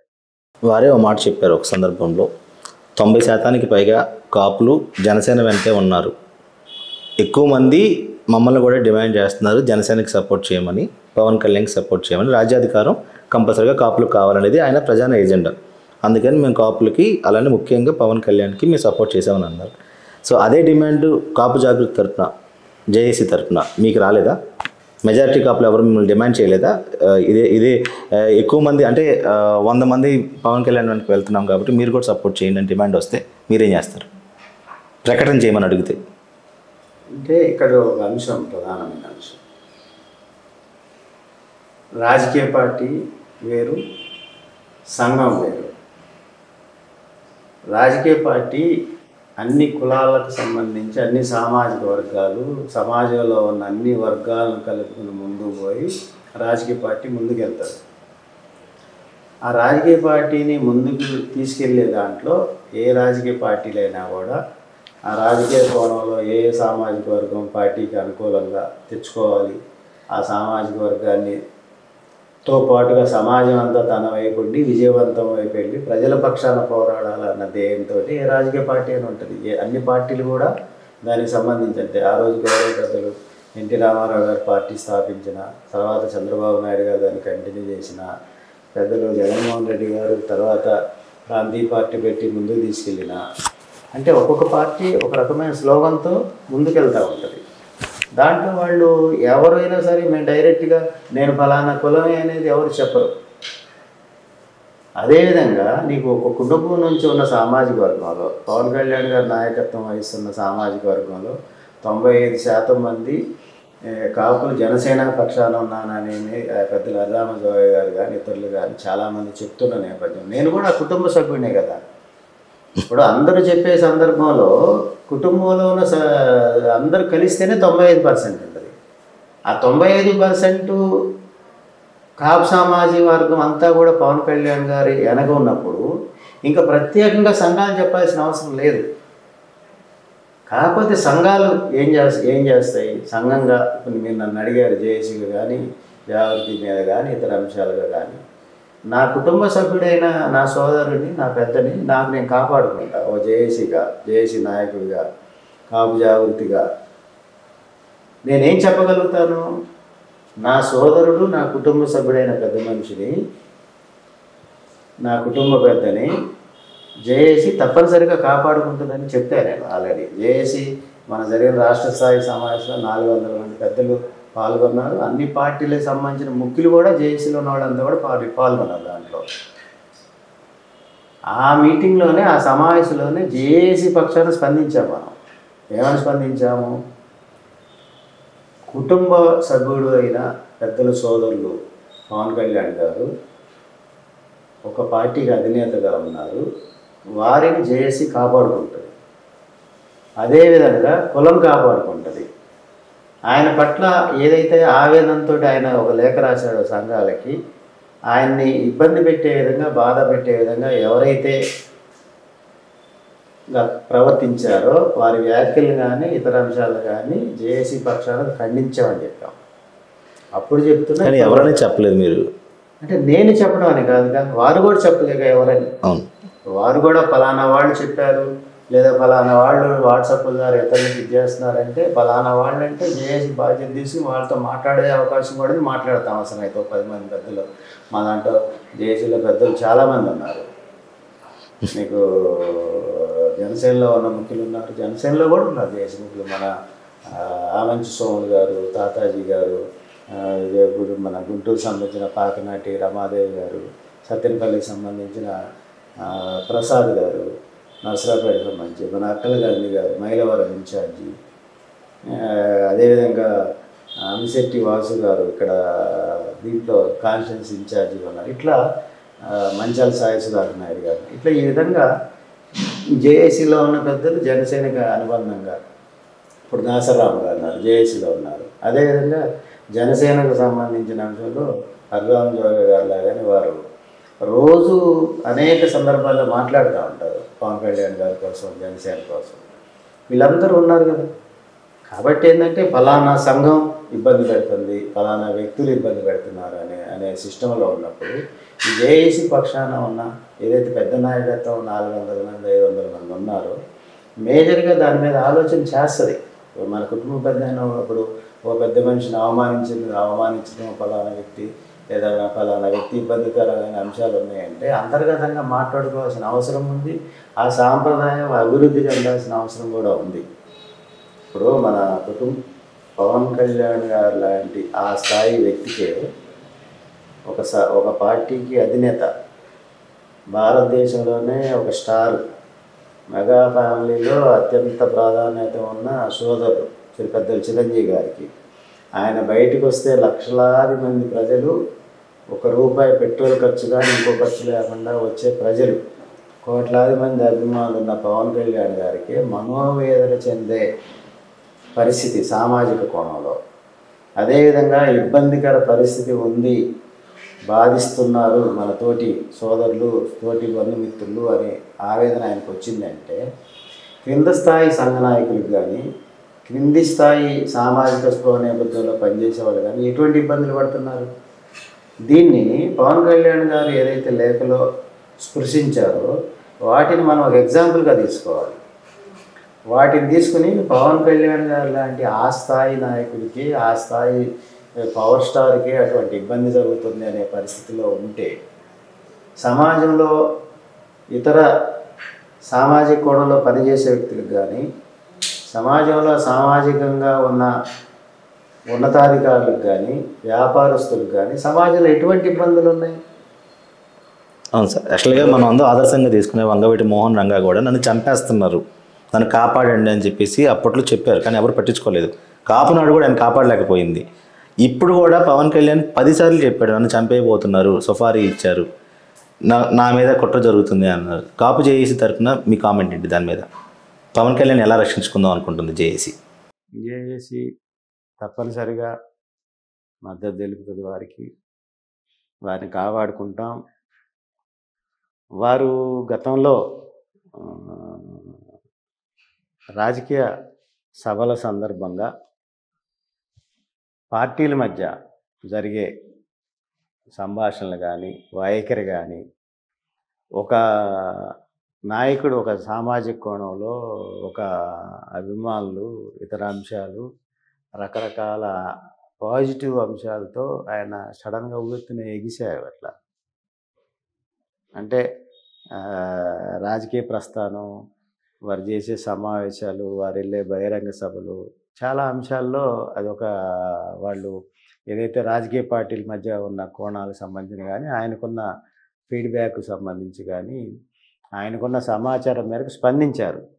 అటువంటి సందర్భాలు ఏవైనా జేఏసీయే కాదు, కులం మొత్తం కూడా ఖండిస్తుంది దాన్ని. కులం వారి వెంట నిలబడుతుంది. కుల సభ్యుడైన, కుటుంబ సభ్యుడైన పెద్దలు పవన్ కళ్యాణ్ గారికి అండగా ఉంటుంది. దాంట్లో ఎటువంటి ఇది లేదు. అవతల వాళ్ళు ఏ రకంగా ప్రయత్నించారు, ఎలా ఇచ్చారు, సుపారీ ఏమి ఇచ్చారు, వారు కేంద్రంలో ఎన్డీఏలో ప్రధాన భూమికలో ఉన్నారు. ఇప్పుడు సాక్షాత్తు పెద్దలు మోడీ గారు హైదరాబాద్లో నా వెనక పవన్ కళ్యాణ్ గారు ఉన్నారు అన్నారు. అంటే ఒక ప్రధానమంత్రి గారు ఆ విధమైన వ్యాఖ్య అంటే పెద్దలు పవన్ కళ్యాణ్ గారి పెద్దరికాన్ని భారతదేశ వ్యాప్తంగా ఆ విధంగా పెంచింది. అది అందరం గర్వించాలి. ఒక ప్రధానమంత్రి గారే సాక్షాత్ మోడీ గారు నా వెనక వేదిక పవన్ కళ్యాణ్ గారు ఉన్నారు, పవన్జీ హై అని అన్నాడంటే అది జనసేన నాయకత్వానికి లేకపోతే జనసేన ఉన్న సభ్యులకే కాదు, అది కులం మొత్తానికి కూడా గర్వించదగ్గ అంశం. ఇక్కడ మీరు చూడాల్సిన అంశం ఏంటంటే ప్రధానంగా ఇప్పుడు మనం కాపు జేఏసీ అన్నాం, లేదా కాపు జాగృతి ఇంటలెక్చువల్ ఫోరం అన్నాం, లేదా హైదరాబాద్ నిర్వహించే విశ్వసంఘాల సమాఖ్య అన్నాం. దీంట్లో మనం ఒక కింది స్థాయి ఆలోచన అనేది కాకుండా మన కుటుంబ సభ్యులు మీరన్నట్టుగా 95% జనసేనతో ఉన్నారు, పవన్ కళ్యాణ్ గారితో ఉన్నారు. ఈ 5% ఇళ్లల్లో వాళ్ళు ఉంటారు, వాళ్ళకి ఏ పార్టీ ఉండదు. ఆ టైంకి వెళ్ళి ఓటు వేయటమో, లోపల మనసులో అభిమానం ఉంచుకోవటం, ఇంకోవటం ఉంటుంది. లేదా ఇతర పార్టీల ప్రధాన భూమిక వహించే వాళ్ళు ఉంటారు. వాళ్ళు శాసనసభ్యులుగానో, పార్లమెంట్ సభ్యులుగానో, మంత్రులుగానో ఉంటారు వాళ్ళు. లేదా వైసీపీలో మంత్రులుగా ఉన్న వాళ్ళు ఉన్నారు. వాళ్ళు మంత్రులుగా ఉంటూనే ప్రకటనలు చేశారు. వాళ్ళు నేను పవన్ కళ్యాణ్ గారి అభిమాని, లేదా నేను చిరంజీవి గారి అభిమాని అని. ఆ నియోజకవర్గంలో ఆయన ఓటు లేదా ఆ పార్టీలో ఉన్నాడు కాబట్టి ఆయన ఆ విధంగా ఆ సందర్భాల్లో ఆయన ఏ విధంగా ఉంటాడు. ఇప్పుడు నిన్నటిదాకా ముద్రగడ పద్మనాభం గారి మీద రాజకీయ కోణంలో సోషల్ మీడియా వేదిక ఎంత దాడి జరిగింది. ఇప్పుడు ఆ రోజు ఈ సంఘాలు కానీ, లేదా సామాజిక స్పృహతో ఉన్న పెద్దలు కానీ, కుటుంబ సభ్యులు కానీ కొద్దిగా ఓపిక పట్టి మన కుటుంబ పెద్దయిన ముద్రగడ గారిని మనం అవమానించకూడదు, లేదా ముద్రగడ గారి ప్లేస్లో ఇంకొక వ్యక్తి ఉంటాడు, మన సామాజిక నేపథ్యంలో మన వర్గం నుంచి ఉన్న ఒక ప్రజాప్రతినిధిని మనం అవమానించకూడదు, మన కుటుంబ సభ్యుడే అనే ఆలోచన కనుక చేసుంటే ఇప్పుడు రాజకీయ పార్టీలు ఏమవుతుంది, నిన్నటిదాకా ఒక పార్టీలో ఉన్న శాసనసభ్యుడు మంత్రి ఇంకో పార్టీలో చేరుతున్నారు. అప్పుడు తిట్టిన మాటలన్నీ ఇప్పుడు వెళ్ళవు కదా. ఇప్పుడు మనకి ఒక వివేకమైన ఆలోచనతో మనం ప్రతి విమర్శలు చేసుకోవాలి. సామాజిక కోణంలో మన ఇంట్లో కూర్చుని ఏది పడితే అది విమర్శలు చేసి మన పెద్దల్ని మనమే వివాదాల్లో తెచ్చుకుని లేకపోతే మనమే అవమానించుకునే నేపథ్యంలో ప్రయాణం చేయటం అనేది చాలా బాధాకరం. ఇంకోటి, ఆ అంశాలు తీసుకునే సందర్భంలో ఏదైతే అవమానించడం కానీ ఇతర అంశాలు కానీ తీసుకునే సందర్భంలో ఇతర రాజకీయ పార్టీలు కనుక మనం పోల్చుకున్నట్టయితే ఇతర సామాజిక వర్గానికి ఇతర రాజకీయ పార్టీలో ఆయా కులాలకు సంబంధించి అధికారంలో ఉన్న పార్టీలు కానీ అధికారంలో లేని పార్టీలు కానీ కాపు సామాజిక వర్గాన్ని వదిలేస్తే ఆ రాజకీయ పార్టీల్లో ఉన్న ప్రధానమైన నాయకత్వం ఒకటే కులంలో ఉండి వాళ్ళని వాళ్ళు తిట్టుకునే సందర్భం కానీ నాయకత్వం కానీ ఉంటే చెప్పండి నాకు. ఎక్కడా ఉండదు. పెద్ద సామాజిక వర్గమైన కాపు కులాన్ని విచ్ఛిన్నం చేయాలి.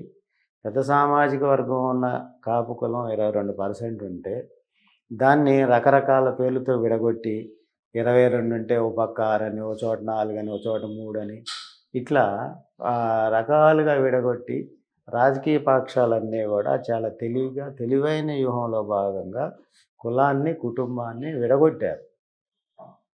22 ఉన్న పర్సెంట్ని ఒక పక్క మున్నూరు కాపులని, ఒక పక్క తూర్పు కాపులని, వీళ్ళిద్దరికీ బీసీ స్టేటస్ ఉంది కాబట్టి వాళ్ళు బీసీలని, మిగతా వర్గాలన్నీ ఇదని, లేదంటే బలిజ సోదరులు రాయలసీమలో బలిజ సోదరులని, మధ్యలో ఒంటర్లని, కాపని, తెలగని ఈ సందర్భాల్లో సార్ నాకంత అనుభవం అంత పెద్ద కామెంట్ చేయను. కానీ రంగా గారు ముందు రంగా గారు వెనక అనుకుంటే రంగా గారు చనిపోయిన తర్వాత కాపులకి అన్ని వర్గాల్లో అన్ని పార్టీలలో ప్రాధాన్యత ఇవ్వడం మొదలుపెట్టింది. ఎందుకంటే కాపుల ఓట్లని ఆక్రమించుకుంది. కాపునాడులో వచ్చిన అసలు రంగా చనిపోవడం కారణమే కాపునాడు అంటారు ఈ రోజుకి చాలామంది కుల పెద్దలు. ఆ రోజు కాపునాడులో వచ్చే లక్షల మందిని చూసి వారో లేకే ఆయన చంపేశారని ఒక ప్రధాన ఆరోపణ ఉంది. సో ఈ కాపుల్ని విచ్ఛిన్నం చేయాలి అన్నది ఎప్పటి నుంచో జరుగుతుంది, ఇప్పుడు దశాబ్దాలుగా జరుగుతూ ఉంది. ఈరోజు కాపు చేసి తరఫున కాపులందరినీ ఐక్యంగా ఎలా ఉంచాలనుకుంటున్నారు? అందరినీ ఒక వేదిక మీదకి ఎలా తీసుకొస్తారు? క్షమించాలి, ఇందాక మీరు వంగవీటి మోహన్ రంగా గారి గురించి అడిగారు, కులం ఓన్ చేసుకుంటుందని. ఇప్పుడు ప్రపంచ స్థాయి నాయకులైనా దేశవ్యాప్త నాయకులైనా బయట వారికి వారి నాయకులు. ఇప్పుడు అంబేద్కర్ గారు ఉన్నారు. అంబేద్కరిజం పేరుతో భారతదేశం అంతా కూడా అది వ్యాప్తి చెందింది. వారిని ఆ విధమైన గౌరవం ఇస్తున్నారు, అందరు ఇస్తున్నారు. సామాజిక కోణంలో ఇవ్వట్లేదే వారికి ఆ గౌరవం, అందరు ఇస్తున్నారు. అందరికీ ఈరోజు అంబేద్కర్ గారు అంటే పెద్ద స్థాయి గౌరవం, పూజిస్తూ ఉన్నారు, గౌరవిస్తూ ఉన్నారు, ప్రార్థిస్తూ ఉన్నారు వారు. అదేవిధంగా వంగవీటి మోహన్ రంగా గారు కూడా ఆ స్థాయి గౌరవాన్ని సమాజం అనేది తెచ్చుకుంది. ఎవరు కోరుకున్నది కాదు అది. రంగా గారు ఆ రోజు మీరు చెప్పిన విధంగా అన్ని వర్గాల కోసం నిలబడటం కానీ, అన్ని వర్గాల పక్షాన నిలబడి పోరాటం చేసి అసూలు పోవటం కానీ, ఏదైతే ఇళ్ల స్థలాలకు సంబంధించి ఆయన నిరాహార దీక్ష చేయటం కానీ, ఆయన చేసిన ఉద్యమాలన్నీ కూడా అందరి కోసమే, ఆయన చేసిన పోరాటాలన్నీ కూడా అందరి కోసమే. కాబట్టి దాంట్లో అందరి వాడిగా మెయిన్ ఏంటంటే ఆయన చనిపోయినప్పుడు ఇళ్ల స్థలాల గురించి అన్నది కూడా పాయింట్ ఏంటంటే ఆయన కాపులు ఇళ్ల స్థలాల కోసం పోరాటం చేసి చనిపోలేదంట. ఎస్సీ ఎస్టీ వాళ్ళ ఇళ్ల స్థలాల గురించి వెనకబడిన అట్టడుగు ప్రాంతాల్లో ఉన్న కింద స్థాయి వర్గాల కోసమే ఆయన పోరాటం చేశాడు. దాంట్లో ఎవరు దాన్ని కాదనట్లేదు. ఆయన పక్కన ప్రపంచ స్థాయి నాయకులైనా కూడా కానీ ఒక కుటుంబ సభ్యులు. రంగా గారిని మీరు గమనించాల్సింది ఏంటంటే రంగా గారు కాపు కులంలో పుట్టిన కుటుంబ సభ్యులు కాబట్టి ఆయన ఉద్యమ నేపథ్యం ఎలా ఉన్నా, ఆయన ఎటువంటి ఉద్యమాలు చేసినా, ఆయన అందరి కోసం నిలబడి పోరాడినా, అందరి కోసం ప్రాణత్యాగం చేసినా కుటుంబంలో కుటుంబ సభ్యులు నా కుటుంబ సభ్యుడు నా సోదరుడు అని అనుకుంటారు. ఆ విధంగానే ఇప్పుడు మీరు చెప్పిన విధంగా పవన్ కళ్యాణ్ గారిని 95% ఎలా ఆరాధిస్తున్నారు అని చెప్పి మీరు చెప్పారు. అదేవిధంగా వంగవీటి మోహన్ రంగా గారిని కాపు కులం అంతా ఆరాధిస్తున్నారు, పూజిస్తూ ఉన్నారు. ప్రతి ఊరికి ప్రతి వాడకు కూడా వాళ్ళ విగ్రహాలు పెట్టుకుని ముందుకు పోతూ ఉన్నారు. రోజు జరిగే ప్రక్రియ జరుగుతూ ఉన్న నేపథ్యం అది. కాబట్టి ఆ కులం ఓన్ చేసుకోవడం కాదు, అది మా కుటుంబ సభ్యుడు కాబట్టి మా పెద్దలు అనేది మేము గౌరవించుకుంటున్నాం. లంగా చరిత్ర కాబట్టి ప్రజెంట్ మనకి ఆ స్థాయి నాయకుడు పవన్ కళ్యాణే కాబట్టి ప్రజెంట్ ఇప్పుడున్న కాపులందరూ పవన్ కళ్యాణ్ని నీటి రంగా అనుకుంటున్నారు. దీని మీద మీ కామెంట్? నేను చెప్పాను కదా, జేఏసీగా ఒక కుటుంబ సభ్యుడిగా జేఏసీ పవన్ కళ్యాణ్ గారికి మద్దతు ఇస్తుంది, ఆయన్ని కాపాడుకుంటుంది, కులం ఆయనకి కాపాడుకుంటుంది. ఇది మనం జేఏసీ మీ సమావేశంలో కూడా చెప్పుకున్నాం మనం. కాబట్టి చేసేదే సామాజిక స్పృహ నేపథ్యం ఉన్నప్పుడు, కాకపోతే ఇక్కడ ఒకటే గమనించాలి, ఇప్పుడు ఆ సంఘానికి ఉన్న ప్రాధాన్యత, సంఘానికి ఉన్న ప్రాముఖ్యత మనం ఉంచుకోవాల్సిన అవసరం. జేఏసీలో ఆ రోజు వేదిక సంబంధించి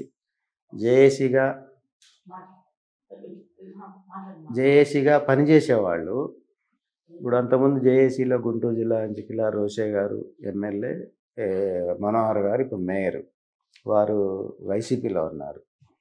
ఆకుల రామకృష్ణ గారు, యేసుదాస్ గారు వీరిద్దరూ టీడీపీలో ఉన్నారు, ఈస్ట్ గోదావరి సంబంధించి. అక్కడే ఆరేటి ప్రకాష్ గారు బీజేపీ సంబంధించి సింపథైజర్ ఉన్నారు. ఇక్కడ నరహరిశెట్టి శ్రీ నరసింహారావు గారు కాంగ్రెస్ నుంచి పోటీ చేసి పార్లమెంట్ అభ్యర్థిగా కాంగ్రెస్లో ఉన్నారు, నరహరిశెట్టి నరసింహారావు గారు. ఈ విధంగా అన్ని రాజకీయ పక్షాల్లో ప్రధాన భూమికి పోయించే నేతలు జేఏసీలో నాయకత్వం వహిస్తూ ఉన్నారు. అందరితో కలిపితేనే జేఏసీ. అంటే ఒక పార్టీ కోసం పనిచేసేది జేఏసీ అవ్వదు. మీరు ఇందాకన్నారు సంక్షేమ సేన పూర్తిగా జనసేన కోసం అని, ఆ విధమైన జేఏసీ కాదు ఇది. ఇక్కడ పవన్ కళ్యాణ్ గారు కుటుంబ సభ్యుడు కాబట్టి, ఆయన కుటుంబం నుంచి కాపుల నుంచి వచ్చిన వ్యక్తి కాబట్టి, ఆయన్ని జేఏసీ అయినా కులమైనా వ్యక్తిగతంగా ఆయనకు మద్దతు ఇవ్వాల్సిన అవసరం ఉంటుంది, ఆయన కాపాడుకోవాల్సిన అవసరం ఉంటుంది. అంతేగాని నేరుగా మీరు ప్రకటించుకుని చేసుకున్నప్పుడు, మన ఒక సోదరుడు ఒక ఛానల్లో ప్రముఖంగా మన మహాటీలో వంశీ గారు ఒక డిబేట్ చేస్తూ ఆయన కూడా సేమ్ సబ్జెక్ట్ చెప్పారు. ఏంటంటే మేజర్ శాతం ఈయన పక్షాన ఉంది, 95% చాలా గొప్పగా ఉంది చెబుతూనే, కమ్మ రెడ్డి సామాజిక వర్గాల్లో ఎప్పుడూ కూడా కుల సంఘాల సమావేశాలు జరగవు, వాళ్ళకు కావాల్సిన ఇది ఏదైతే మద్దతు ఉందో కొనసాగుతుంది అనేది అన్నారు. అంటే అటువంటి ఆలోచన విధానం కాపు సామాజిక వర్గంలో కూడా పెరగాలి. రాజకీయాల్లో కానీ ఇతర విభాగాల్లో కానీ ఏదైతే కుటుంబం నుంచి ఉన్నారో వాళ్ళని కాపాడుకొని ముందు తీసుకెళ్లాల్సిన బాధ్యత కాపు సామాజిక వర్గం మీదకి రావాలి. ఏదైతే పవన్ కళ్యాణ్ గారు పదే చెప్తూ ఉంటారు, కాపు కుల సంఘం కానీ పెద్దలు కానీ పెద్దన్న పాత్ర పోషించాలని. పెద్దన్న పాత్ర పోషించాలంటే అర్థం ఏంటి? అందరినీ కాపాడుకోవాలి, ఇతర సామాజిక వర్గాలతో కలిసి పనిచేయాలి. ఇతర సామాజిక వర్గాలు 3-4 సామాజిక వర్గాలు అధికారాన్ని అనుభవించినాయి. ఇప్పుడు పెద్దలు పి నరసింహారావు గారు ప్రధానమంత్రి అయ్యారు ఉమ్మడి రాష్ట్రం నుంచి. ఇక్కడ రెడ్డిస్ కానీ, అదేవిధంగా వెల్మాస్ కానీ, అదేవిధంగా బ్రాహ్మిన్స్ కానీ, లేదా ఈ సామాజిక వర్గాల చౌదరీస్ కానీ దశాబ్దాల పాటు రాజ్యాన్ని ఏలారు, పాలించారు. ఆ విధానాలు ఏ విధంగా ముందుకెళ్ళాలి, విద్యాపరమైన అంశాల్లో కానీ వ్యాపారపరమైన అంశాల్లో కానీ ఏ విధంగా సహకరించుకోవాలి అనే దాంట్లో కష్టపడ్డారు, నిలబడ్డారు. మనం దానికి సంబంధించిన అంశాల్లో వాళ్ళని గౌరవంగా వాళ్ళ ఆశయాలు ఏదైతే ఆశయాలతో పనిచేశారో వాటిని మనం నిదర్శనంగా తీసుకుంటూ వాళ్ళని శత్రువులుగా భావించకుండా వాళ్ళు సాధించిన విజయాలను మనం విజయం సాధించడం కోసం ఏ విధంగా ముందుకు పోవాలని దీంతో వాళ్ళని పోటీగా పెట్టుకుని మనం కష్టపడి కాపులంతా ముందుకెళ్లాల్సిన అవసరం ఉంది. అంతేగాని కాపు సంఘాలంటే రాజకీయ పార్టీలకు అనుబంధం, కాపు సంఘాలంటే ఎలక్షన్ రాగానే జిందాబాదులు కొట్టడం, దానివల్ల కులం నష్టపోతుంది. అంటే ఇప్పుడు నీకు ఒక సమస్య ఒక చోట వచ్చినప్పుడు, ఇప్పుడు తాడేపల్లిలోనే ఉంది, తాడేపల్లిలో పోలీస్ స్టేషన్లో కాపు సోదరుడి మీద నిన్న మొన్న జరిగిన దాంట్లో పోలీస్ స్టేషన్ పిలిచి 2-3 కేసులు పెట్టారు. ఇప్పుడు దాని మీద ఎవరు స్పందించాలి? ఇప్పుడు మన కృష్ణమాదిగ గారిని ఎందుకు తీసుకుంటున్నాం ఆదర్శం? ఆయన పక్క దేశంలో వాళ్ళ సోదరుడికి అన్యాయం జరిగితే దాని మీద స్పందిస్తాడు. స్పందించి మాట్లాడతారు. వాళ్ళని ఆ ఇబ్బంది నుంచి ఏ విధంగా తొలగించుకోవాలనేది ఒక ప్రయత్నం చేస్తారు. అదేవిధంగా నీకు వైశాఖకు సంబంధించి ఛాంబర్ మహాసభ కానీ ఇవన్నీ కూడా వాళ్ళ దగ్గర ఎంతో కట్టుదిట్టమైన కార్యక్రమాలు చేపడతారు. నీకు ఒంగోలులో ఒక ఇన్సిడెంట్ జరిగితే ఒక ఒక గౌరవ గుప్తా గారి మీద అక్కడ ఒక కార్యకర్త మీద ఒక దాడి జరిగితే దాని మీద వాళ్ళ జిల్లా స్థాయి సంఘం, రాష్ట్ర సంఘం, తెలంగాణ రాష్ట్ర సంఘం, భారతదేశ వ్యాప్తంగా ఉన్న సంఘం పేరు మీద ఖండనలు జరిగినాయి. అక్కడున్న మంత్రి ఖండించాడు, అక్కడున్న ప్రజాప్రతినిధులు స్పందించారు, సాక్షాత్తు పెద్ద నాయకుడు కూడా స్పందించారు దాని మీద. వారికి సంబంధించి ఒక డ్రామా ఏదో ఉంటే దాని మీద కూడా జీవో కూడా తెచ్చారు, అది చేయకూడదని. అంటే అంత గొప్పగా వాళ్ళు పనిచేస్తున్న విధానాన్ని మనం ఆదర్శంగా తీసుకోవాలి. అంతేగాని ఆదర్శం వదిలేసి వాళ్ళని ఇతర సామాజిక వర్గాలని వాళ్ళని దూషించి లేకపోతే ఇంకో రకం చేస్తే అది కాదు. మన వాళ్ళు ఏం చేస్తున్నారు? సోషల్ మీడియా వేదికగా ఏదో మనకి నచ్చిన విధానంలో మనం పోతున్నాం. అది కాదు. ఏదైతే సోషల్ మీడియా వేదికగా మనం ఒక ఆలోచనతో ఆశయాలతో చేస్తూ ఉన్నామో ఆ సోదరులు సమయం వెచ్చించి సంఘాల్లో ఇన్వాల్వ్ అయ్యి ఏదైతే మెరుగైన సంఘ నాయకత్వం, మెరుగైన సంఘం కావాలని ఆలోచన చేస్తూ ఉన్నారో దాన్ని సరిదిద్దుకోవచ్చు. వాళ్ళు కూడా ఇన్వాల్వ్ అవ్వచ్చు. ఇప్పుడు ఇంట్లో కూర్చుని మాటలు చెప్పడం ఎవరైనా ఈజీయే. సో అన్నగారు, మీ గురించి నాకు చాలా క్లియర్గా తెలుసు. మీరు నిస్వార్థంగా ఒక రాజకీయ పక్షానికి, ఏ రాజకీయ పక్షానికి కొమ్ము కాయకుండా దశాబ్దాలుగా మీరు యూనియన్లో కావచ్చు, కాపుల గురించి కావచ్చు మీరు పోరాడుతూనే ఉన్నారు. ఏవైతే ప్రశ్నలు నేను ఇప్పటివరకు అడిగానో చాలామంది నన్ను అడిగారు, లేదంటే మన కామెంట్స్ రూపంలో వచ్చిన ప్రశ్నలు మిమ్మల్ని అడగడం జరిగింది. సో నాకు తెలిసినంత వరకు ప్రజారాజ్యం పార్టీ పెట్టినప్పుడు మీరు చిరంజీవి గారికి ఎంత సపోర్ట్ చేశారో నాకు తెలుసు. అలానే జనసేన అధ్యక్షుడు పవన్ కళ్యాణ్ గారితో మీకు సన్నిహిత సంబంధాలు ఉన్నాయి. సో ఈ నేపథ్యంలో కూడా మీ మీద జనాలకు చాలామంది తెలియదు ఏంటంటే మీకు పవన్ కళ్యాణ్ గారికి ఉన్న వ్యక్తిగత రిలేషన్షిప్ గురించి జనాలకు తెలియదు. దాని గురించి మీరేమంటారు? మీరు ఇద్దరు కలిసినప్పుడు ఏ అంశాల మీద ఎక్కువ మాట్లాడుకుంటారు? రాజేష్ గారు, ఇక్కడ అంటే కలిసిన సందర్భాలు అంటే అది అట్లా, ఇది మనం ప్రొఫెషన్లో జర్నలిస్ట్గా ఉన్నాం, యాక్టివ్గా ఉంటాం. అదేవిధంగా మొదటి నుంచి జర్నలిస్ట్ ఉద్యమాల్లో కూడా ఉమ్మడి రాష్ట్రానికి 15 సంవత్సరాలు అంటే ఎలక్ట్రానిక్ మీడియా ఎప్పుడైతే ప్రారంభమైందో దాని తర్వాత జరిగిన నేపథ్యంలో ఎక్కువ ఎలక్ట్రానిక్ మీడియా యూనియన్కి సంబంధించిన యాక్టివిటీస్ ఎక్కువగా ఉండేవి. ఆ విధంగా హైదరాబాదులో 90% ఉన్న ఛానల్ హాత్వే, అది సి ఛానల్ అంటాం, హాత్వే కేబుల్ నెట్వర్క్. అది ఆ విధంగా పవన్ కళ్యాణ్ గారి దగ్గర ఉన్న పెద్దలు, రత్నం గారు లాంటి వాళ్ళు కానీ, ఇంకా ఇతరులు రామణ స్వామి నాయుడు గారు కానీ, లేదా ఇంకితర పెద్దలు, ఇప్పుడు ప్రధాన భూమిక రాజకీయాల ప్రధాన భూమించే పెద్దలందరూ కూడా చిరంజీవి గారికి కూడా బాగా సన్నిహితులు. కారణం ఏదైనా ఎప్పుడైనా సందర్భం కలిగి మన ఏమన్నా ఆశీస్సులు తీసుకోవాల్సిన సందర్భంలో వస్తే, మనం ఏదన్నా అక్కడ మా ప్రజారాజ్యం సందర్భంలో మీడియా రిలేటెడ్ కానీ ఇట్లాంటివి ఏమైనా ఉంటే అందరితో పాటు మనం కూడా వారికి గౌరవించుకోవటం జరిగేది. అదే కోణంలో పవన్ కళ్యాణ్ గారు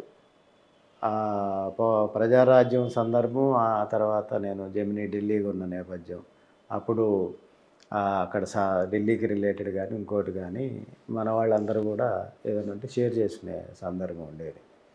ముఖ్యంగా పవన్ కళ్యాణ్ గారు అంటే, చిరంజీవి గారు అంటే నేను ఆయన అభిమానిని.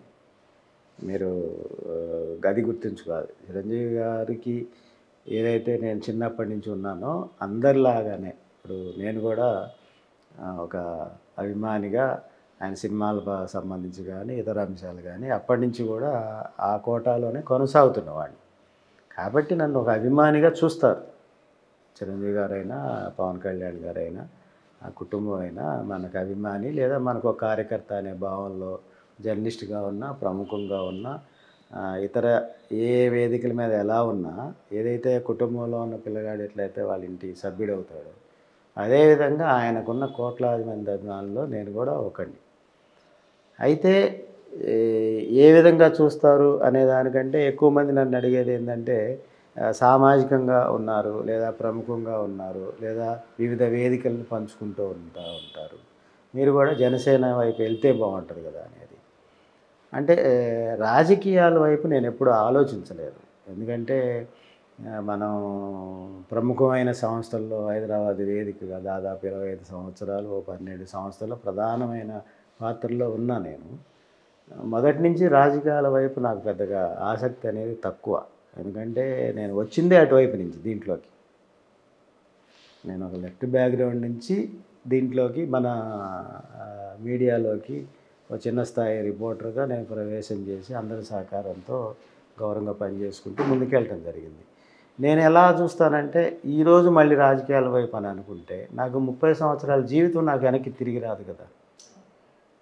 ఏదో విద్యార్థి దశలోనో ఇంకో దశలోనో పనిచేసిన నేను మళ్ళీ 30 సంవత్సరాల తర్వాత ఇప్పుడు రాజకీయాల్లో చేరితే ఆ 30 సంవత్సరాల జీవితాన్ని నేను రాజకీయ జీవితాన్ని కోల్పోయాను కదా ఇప్పటికే.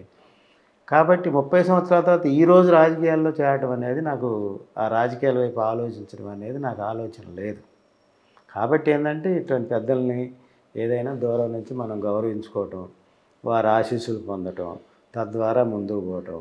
అట్లా అని ఈ మన సామాజిక వర్గంలో ఉన్న పెద్దల వైపు వాళ్ళ ఆశీస్సులు ఉన్న అందరితో కూడా వాళ్ళ ఆశీస్సులు కూడా నాకు ఉన్నాయి. అందరివి కూడా ఎక్కడైనా మనం యూనియన్ పరమైన అంశాలు కానీ లేదంటే పనిచేసే సందర్భంలో మనకి ప్రొఫెషన్లో వచ్చే దీనికి సంబంధించిన అవకాశాల్లో ఏదంటే ప్రత్యేకమైన వార్తలకు సంబంధించిన అంశాల్లో ఏ అంశాల్లోనైనా నాకు ఆ ప్రాధాన్యత దొరికింది. అందరి సహకారం దొరికింది, అందరి ఆశీస్సులు దొరికింది. ఈరోజు మీరు చెప్పారు ముద్రగడ గారి ఆశీస్సులు కానీ లేదా మందాకృష్ణ గారి ఆశీస్సులు కానీ, ఇప్పుడు మనతో పాటు పనిచేస్తారు పెద్దలు చైతన్య మురళి గారు ఉన్నారు. చైతన్య మురళి గారు కాకి మాధవరావు గారి టీంతో కలిసి చాలా సంవత్సరాలు పనిచేశారు. వారు కాల్ సెంటర్ కూడా ఉంటుంది, చాలా పెద్ద వ్యవస్థ అది. మాజీ ప్రభుత్వ ప్రధాన కార్యదర్శిగా పనిచేసి వాళ్ళు సామాజిక సేవలో చాలా పెద్ద ఎత్తున భారతదేశ వ్యాప్తంగా చేస్తారు. అట్లా వారికి అక్కడ సిద్ధోజీ గారు లీడ్ చేస్తూ ఉంటారు. అక్కడ అట్లా సిద్ధోజీ గారు చేసే కార్యక్రమాలు, చైతన్య మురళి గారు వాళ్ళంతా కలిసి చేసే కార్యక్రమాల్లో కూడా నేను చాలా సందర్భాల్లో కలిసిన సందర్భాలు, వాళ్ళతో వేదికలు పంచుకున్న సందర్భాలు. నేను సత్య టీవీకి ఇన్ఛార్జ్గా ఉన్నప్పుడు అది కాసాని జ్ఞానేశ్వర్ గారు, ముదిరాజు గారు, వారు ముదిరాజ్ మహాసభకి చైర్మన్. ఈరోజు కూడా వారు ప్రధాన దీంట్లో ఉన్నారు. నేను అప్పుడు సి ఛానల్, విస్సా, సత్య మూడిట్లో బాధ్యతల్లో ఉండేవాడిని ఒకేసారి. అంత స్వతంత్రత నాకు ఉండేది యాజమాన్యాల దగ్గర. ఆ సందర్భంలో పెద్దలు కాసాని జ్ఞానేశ్వర గారు చేసే కార్యక్రమాల్లో ముదిరాజుకు సంబంధించిన కార్యక్రమాల నిర్వహణ కూడా నేను చూసేవాడిని. అప్పుడు తెలుగుదేశం ప్రభుత్వం ఆధ్వర్యం ఉన్నప్పుడు ముదిరాజు మహాసభ అక్కడ జరిగింది మన సికింద్రాబాద్ పెరేడ్ గ్రౌండ్స్లో. నేను అప్పుడు వారి దగ్గర సత్య టీవీకి మేము బాధ్యులుగా ఉన్నాను. నేను మరి ముదిరాజులతో కూడా నేను కలిసి ప్రయాణం చేశా. ఆయన దగ్గరికి వచ్చే ప్రతి వ్యక్తికి, ఆ 2 సంవత్సరాల్లో వచ్చిన ప్రతి వ్యక్తికి నేను తెలుసు. వారు ఆ 2 సంవత్సరాలు నిర్వహించిన ప్రతి సమావేశంలో నేను ఇప్పుడు తర్వాత వారి సోదరుడు కుమారుడు వీరేష్ గారు ఉన్నారు. వారు ఆ కార్యక్రమాలన్నీ కూడా కొనసాగిస్తూ ఉన్నారు. అంటే వాడు మరి ఆ రోజు తెలుగుదేశంలో ఉన్నారు వారు. ఇప్పుడు పవన్ కళ్యాణ్ డైరెక్ట్గా మీ ఇంటికి వచ్చి అన్న నువ్వు మా పార్టీ తరఫున ఎమ్మెల్యే సీట్ ఇస్తా, పోటీ చేయనంటే తిరస్కరిస్తారా? లేదు నేను కాపు సంక్షేమం కోసమే పోరాడతాను పట్టు కూర్చుంటారా? మీరు పెద్ద ప్రశ్న అడుగుతున్నారు. పెద్దలు పవన్ కళ్యాణ్ గారు కాదు, చిరంజీవి గారే కాదు, వారి ఆశీస్సులన్నీ నాకు ఎప్పుడూ ఉంటాయి. వాళ్ళందరూ ఆశీస్సులు ఉంటాయి. వారు రాజకీయ కోణంలో వారు విజయవంతంగా ముందుకు పోవాలని మన కుటుంబ సభ్యులు ఎవరు ఏ విధంగా ముందుకెళ్ళినా వాళ్ళంతా విజయవంతంగా ముందుకెళ్ళాలనే కోవలో ఒక కార్యకర్తగా ఒక జేఏసీ స్థాయిలో కానీ కింద స్థాయిలో కానీ వాళ్ళకుండే కోట్లాది మందిలో కూడా నేను ఒకడిని. ఆ విధమైన కార్యక్రమాలు చేయాలనేదే నా ఆలోచన. అంతేగాని ఒక జేఏసీని అడ్డం పెట్టుకుని లేకపోతే కుల సంఘాలను అడ్డం పెట్టుకుని ఏదో నేను కులం కోసం చేస్తానని ప్రజల్లోకి వచ్చి ఇప్పుడు శాసనసభ్యుడిగా నేను లేకపోతే పెద్దలు అడిగారని నేను రాజకీయాల్లోకి వెళ్తే ఈ రోజుతోటి పోటీ చేస్తా, గెలుస్తామో ఓడతామో 4 ఏళ్ళో 2 ఏళ్ళో 5 ఏళ్ళో అయిపోతుంది. నీకు మళ్ళీ ఈ సామాజిక నేపథ్యం రాదు. పెద్దలు ఎవరు అడిగినా నా మీద గౌరవంతో అడిగితే నేను దాన్ని కంపల్సరీ కూడా ఆ గౌరవాన్ని గౌరవిస్తున్నారనే భావన వాళ్ళకి పాదాభివందనం చేయాల్సిన అవసరం నాకు ఉంటుంది. పెద్దలు ఎవరినైనా గౌరవించాల్సిందే. నా మీద నిజంగానే వారికి ఆ గౌరవం ఉంటే నేను చేసే నాకున్న కొద్దో గొప్ప నేను చేసే కార్యక్రమాలని కానీ లేదా నా పట్ల వారికి ఉన్న గౌరవం కానీ నా పట్ల వాళ్ళకి ఆ గౌరవం ఉంది, ఆ గౌరవం కంటిన్యూ అవుతానే దాంట్లో నేను వారికి ప్రత్యేక ధన్యవాదాలు చెప్పుకుంటాను. కానీ ఇటువంటి బాధ్యతలు కూడా సమాజంలో కొనసాగించాల్సిన అవసరం ఉంది. ఇప్పుడు మీరు విజయవాడ వేదిక ఉంది. విజయవాడలో కాపు సామాజిక వర్గం నుంచి ఓ పెద్ద వ్యాపారస్తులు ఎవరన్నా ఉంటే మీరు టచ్ చేయండి.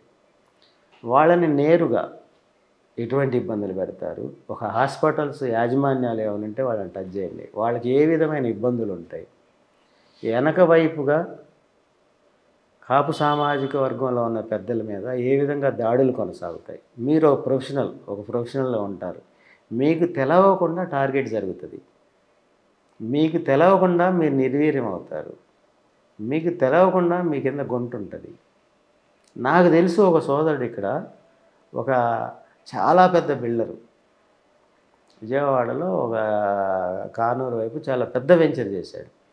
ఆ పెద్ద వెంచర్ నుంచి ఇప్పుడు చిన్న వెంచర్కి వచ్చాడు మన సామాజిక వర్గంలో ఉన్న పెద్ద మనిషి. ఇతర వ్యాపారాల్లో ఉన్న చాలా పెద్ద ప్రముఖుడు నాకు వ్యాపారం వద్దని కామ్గా ఉన్నారు, ఈ దాడులు తట్టుకోలేక. ఒక హాస్పిటల్లో డాక్టర్ గారు ఇతర పెద్ద మనిషి ఇంకొక హాస్పిటల్కి సంబంధించిన వ్యక్తి ఫోన్ చేసి తిడతా ఉంటే నేను స్పీకర్ ఫోన్ విన్నా, నేను ఎంత భయంకరంగా తిడుతున్నారనేది. వీటందరి గురించి కూడా ఈ పెద్దలు ఆలోచించాలి. రాజకీయాలు రాజ్యాధికారం కావాల్సిందే, ప్రభుత్వం రావాలి, లేకపోతే మన పెద్దలు రాజ్యాధికారంలో ఉండాలి, అందరికీ సేవ చేయాలి, అందరితో పాటుగా మన కుటుంబాలకు కూడా సేవ చేయాలి. ఏదైతే సామాజిక కోణంలో రాజ్యాధికారం కావాలని పెద్దలందరూ కోరుకుంటా ఉన్నారో అటువంటిది అందరూ కూడా రిసీవ్ చేసుకుంటారు. మన కుటుంబంలోంచి ఒక వ్యక్తి ముఖ్యమంత్రి అవుతానంటే, మన కుటుంబంలోంచి ఒక పెద్ద మనిషి ఒక సభ్యుడు కేంద్ర మంత్రి అవుతానంటే ఎవరు వద్దనుకోరు. దానికి కావాల్సిన కష్టం అందరు చేస్తారు. నేనైనా మీరైనా అందరైనా కూడా చేసే పరిస్థితి ఉంటుంది. సమాజం ఇప్పుడు కులపరంగా విడిపోయి ఉంది. ఇప్పుడు మేము లేదు కులపరంగా లేవని ఎవరన్నా అనుకున్నా మన నాకు తెలిసి ఎక్కడ కనపట్లేదు. ఇంటి పేరు కంపల్సరీ, చివరి పేరు కంపల్సరీ, మనం సంబంధాలు చూసుకునేటప్పుడు కంపల్సరీ కులం వాళ్ళకే చూసుకుంటాము, ఇచ్చిపుచ్చుకునేటప్పుడు కులమే చూసుకుంటాము. కానీ ముఖ్యంగా మన కుటుంబ సభ్యులు గమనించాల్సింది ఏంటంటే కుటుంబం ఒక చోటదే. ఇప్పుడు అన్న శ్రీకాకుళంలో ఉంటే తూర్పు కాపంటున్నాం, తెలంగాణలో ఉంటే మున్నూరు కాపంటున్నాం, ఇంకో చోట ఉంటే బలిజ అంటున్నాం. రక్త సంబంధంతో ఉన్న కుటుంబ సభ్యులే వీళ్ళు. కానీ విడగొట్టింది ఎవరు? అనుబంధ విభాగాలు కొన్ని ఇడిపోయినాయి. అసలు మనకి కాపులకి వాళ్ళకి సంబంధం లేని విధంగా ఇతర కులాలు ప్రవర్తిస్తున్నాయి. ఇప్పుడు అందరూ కూడా ఒక వేదిక మీదకి తెస్తేనే కదా. ఇప్పుడు మనం ఏం చెప్తా ఉన్నాం, భారతదేశ వ్యాప్తంగా కాపుకు సంబంధించిన కూర్మి ఇతర వర్గాలని 20 కోట్లు ఉన్నాయని చెప్తున్నాం వేదిక మీద మన నాయకత్వం అంతా.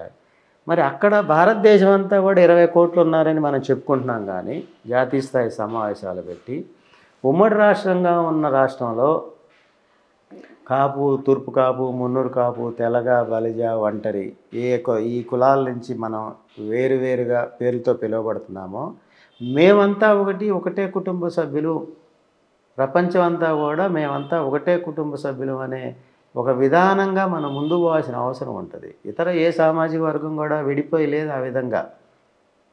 ఇప్పుడు మన దగ్గర బ్లడ్ రిలేషన్ ఉంది, కలిసే ఉంటున్నాం. మనకు సంబంధించిన ఇంటి పేర్లు కానీ లేదంటే వాళ్ళకి సంబంధించిన ఇది ఉంటాయి కదా, దానికి సంబంధించి మనం పూజ వాటిని ఏమంటారు దాన్ని, మన గోత్రాలు కూడా గోత్రాలు కూడా ఒకటే ఉంటున్నాం.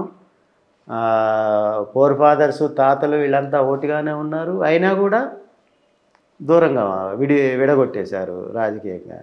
కానీ సమాజంలో పేరు ప్రఖ్యాతులున్న నీకు రెడ్లకు సంబంధించి అంతర్జాతీయ స్థాయిలో ఒకటే పిలుస్తారు, చౌదరీస్ని అదేవిధంగా పిలుస్తారు, బ్రాహ్మిన్స్ని అదేవిధంగా పిలుస్తారు, మిగతా ఉన్న అన్ని వర్గాలను కూడా దాదాపుగా ఒకటే పేరుతో పిలుస్తారు.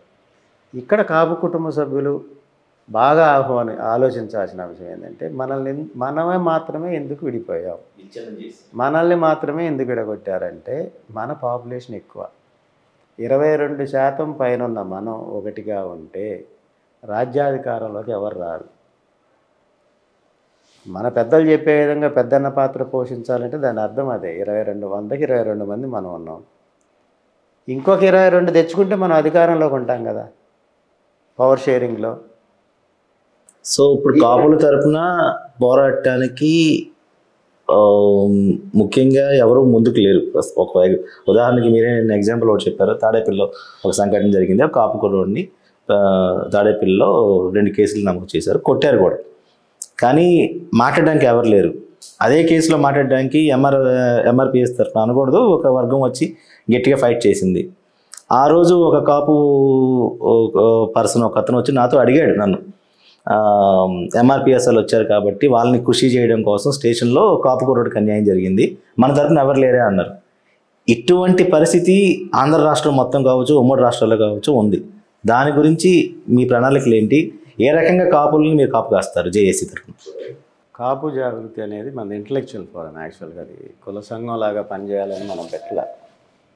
2014లో అది పెట్టినప్పుడు దానికి సంబంధించి తర్వాత ఉద్యమం సంబంధించిన అంశంలో కూడా అప్పుడు పెద్దలు ముద్రగడ గారు హాస్పిటల్లో ఉన్నప్పుడు ఆయన్ని చూడటానికి వెళ్ళనివ్వట్లేదు అనుకున్న నేపథ్యంలో చెల్లారావు గారి పేరు మీద కాపు జాగృతి పక్షాన సుప్రీంకోర్టు అడ్వకేట్ గల్లా సతీష్ ద్వారా, అదేవిధంగా మన సామినేని రాము అని ఇట్లా వీళ్ళతో కలిపి మనం ఆ న్యాయపరమైన అంశాలని హైకోర్టుని ఆశ్రయించడం జరిగింది, ఇది కాపు జాగృతి ద్వారానే. అదే సందర్భంలో ఉద్యమం సందర్భంగా అరెస్టులు జరుగుతున్న నేపథ్యంలో నేరుగా పోలీస్ స్టేషన్ తీసుకెళ్లే పరిస్థితి ఉండేది. అట్లా కాకుండా ముందు సమాచారం ఇవ్వాలని సెక్షన్ 41 అమలు చేయాలనేది కూడా మనం గౌరవ హైకోర్టుని ఆశ్రయించడం జరిగింది. అదే కాపు జాగృతి మీద ఆ రోజు హెచ్ఆర్సీకి కూడా ఇవ్వటం జరిగింది, ఇది ఈ విధంగా అన్యాయం జరుగుతుంది అనే దాంట్లో. ఆ విధంగా చూసుకున్నప్పుడు కాపు జాగృతిగా అంటే ప్రధాన బాధ్యతల్లో ఉంటూనే, జర్నలిస్టుగా ఉంటూనే కాపు జాగృతి పక్షాన రకరకాల కార్యక్రమాలు చేసేవాళ్ళం. ఇది కాకుండా Manikonda Chalapathirao journalist welfare association అనేది కూడా ఒక సంఘం ఉంది. దాని మీద జర్నలిస్ట్ రిలేటెడ్ కార్యక్రమాలు కాపు విభాగానికి సంబంధించి చేస్తూ ఉంటాం. అయితే ఇటువంటి దాడులకు సంబంధించిన అంశంలో రాష్ట్రంలో దాడులు కాపుల మీద ఎక్కువగా కొనసాగుతూ ఉన్నాయి. వ్యాపారస్తుల్ని అణగదొక్కుతున్నారు, ఉద్యోగస్తుల్ని ప్రాధాన్యత లేని స్థానాలు వేస్తూ ఉన్నారు. ముఖ్యంగా పోలీసు విభాగం కానీ ఇతర విభాగంలో కాపు సామాజిక వర్గ కోణంలో ఎక్కడైనా స్పందించే వాళ్ళు ఉంటే అసలు వాళ్ళకి పోస్టింగ్లే ఉండవు. ఒకవేళ పోస్టింగ్ ఉన్న తర్వాత వాళ్ళని డిమోషను, నాన్ పోకలో ఈ విధమైన అంశాలు చాలా అంశాలు ఉన్నాయి. కాపులు సామాజిక వర్గానికి మీరు అడిగిన ఏదైతే ఇబ్బందులు ఉన్నాయో వీటన్నింటి మీద కాపు జాగృతి పక్షాన కానీ కాపు జేఏసీ పక్షాన కానీ పూర్తి స్థాయిలో మన సామాజిక వర్గంలో ఇబ్బందులు ఎవరైతే పడుతున్నారో వాళ్ళందరి కోసం అండగా నిలబడాలని మన పెద్దలందరితో కలిసి ఇప్పటికే పలు దఫాలు ఆలోచించడం జరిగింది. దాని మీద నిర్ణయాలు కూడా తీసుకోవడం జరిగింది. కొన్ని అంతర్గతంగా కూడా మనం సహకరించిన సందర్భాలు చాలా ఉన్నాయి. అయితే ఇవన్నీ ఎందుకు వెలుగులోకి తెచ్చుకోవట్లేదు అంటే, మనకి ఏదైనా అంశం ఉంది, ఆ అంశం మీద ముందుకు పోవాలంటే నీకు వర్గాన్ని సపోర్ట్ చేసే మీడియా లేదు. ఒకటి మీడియా అంశం మనం మాట్లాడుకుందాం. ఈ రకమైన దాడులు ఆగాలి అన్నా, దాడులు జరిగేవి మనం నిర్మూలించుకోవాలన్నా మనం ఈ మధ్య కాపునాడు 2 విజయవాడ వేదికగా ఒక 3 లక్షల మందితో పెట్టాలని అనుకున్నప్పుడు మేమంతా అదేవిధంగా పెద్దలంతా కలిసి కూర్చున్న సందర్భంలో అప్పుడు కాపునాడు ఏ ఎజెండాతో పెట్టారు అనే అంశాలను కనుక మనం చూసినట్టయితే, ఆ రోజు స్వర్గీయ వంగవీటి మోహన్ రంగా గారి మీద జరిగే దాడికి సంబంధించిన అంశం ప్రధానమైంది. రంగా గారిని కోసం పెట్టిన ఆ సమావేశమైనా దాంట్లో పెట్టిన మన పెద్దలు పెట్టిన డిమాండ్లన్నీ అంతే పెండింగ్లో ఉన్నాయి. ఆ రోజు కూడా కాపు సమాజ వర్గం చెందిన ఉద్యోగస్తులకు సంబంధించిన ఇబ్బందుల మీద ప్రస్తావన ఉంది, దాడులకు సంబంధించిన అంశం మీద ప్రస్తావన ఉంది, రిజర్వేషన్కి సంబంధించిన అంశం మీద ఉన్నది. ఈ డిమాండ్లన్నీ ఇప్పుడు మనం దీంట్లో పొందుపరిచిన అంశాల్లో ఉన్నవన్నీ కూడా ఆ రోజు ఉన్నాయి దాంట్లో. అంటే 88లో కులం ఏ విధమైన దాడులు ఇతర వర్గాల నుంచి చవి చూసిందో, ఈరోజు కూడా 2023 కూడా అదే రకమైన ఇబ్బందులు కొనసాగుతూ ఉన్నాయి. ఈ కొనసాగే క్రమంలో ఒక వ్యక్తి వల్లనో లేకపోతే ఒక 10 మంది వ్యక్తుల వల్లనో జరగదు. దీంట్లో సమాజంలో ఉన్న పెద్దలు దీని మీద కూడా ఆలోచించాల్సిన అవసరం ఉంది. ఒకళ్ళకొకళ్ళు సహకరించుకోవాల్సిన అవసరం ఉంది. కుటుంబ సభ్యుల్ని కాపాడుకోవాల్సిన అవసరం ఉంది. అది ఎక్కువ మంది జోక్యంతో చేసుకున్నట్టయితే దాని మీద ఎక్కువ చైతన్యం వచ్చే అవకాశం ఉంటుంది. దాన్ని కదిలించే వ్యవస్థగా, ఆ సమస్యని వెలుగులోకి తెచ్చే వ్యవస్థగా, ఆ సమస్యని ప్రభుత్వాల దృష్టికి, వివిధ శాఖల దృష్టికి, సమాజం దృష్టికి తీసుకెళ్లే విధానంలో కాపు జేఏసీ పనిచేస్తుంది. ఏదైతే కాపు జేఏసీ రిజర్వేషన్ అంశమే కాకుండా ఎన్నికలకు సంబంధించిన ఇట్లా తెర మీదకు వచ్చినప్పుడు దానికి సంబంధించిన అంశాలే కాకుండా కాపు సామాజిక వర్గం ఏదైతే ఇబ్బందులు పడతా ఉందో వాటి మీద ప్రధానమైన దృష్టి పెడుతుంది.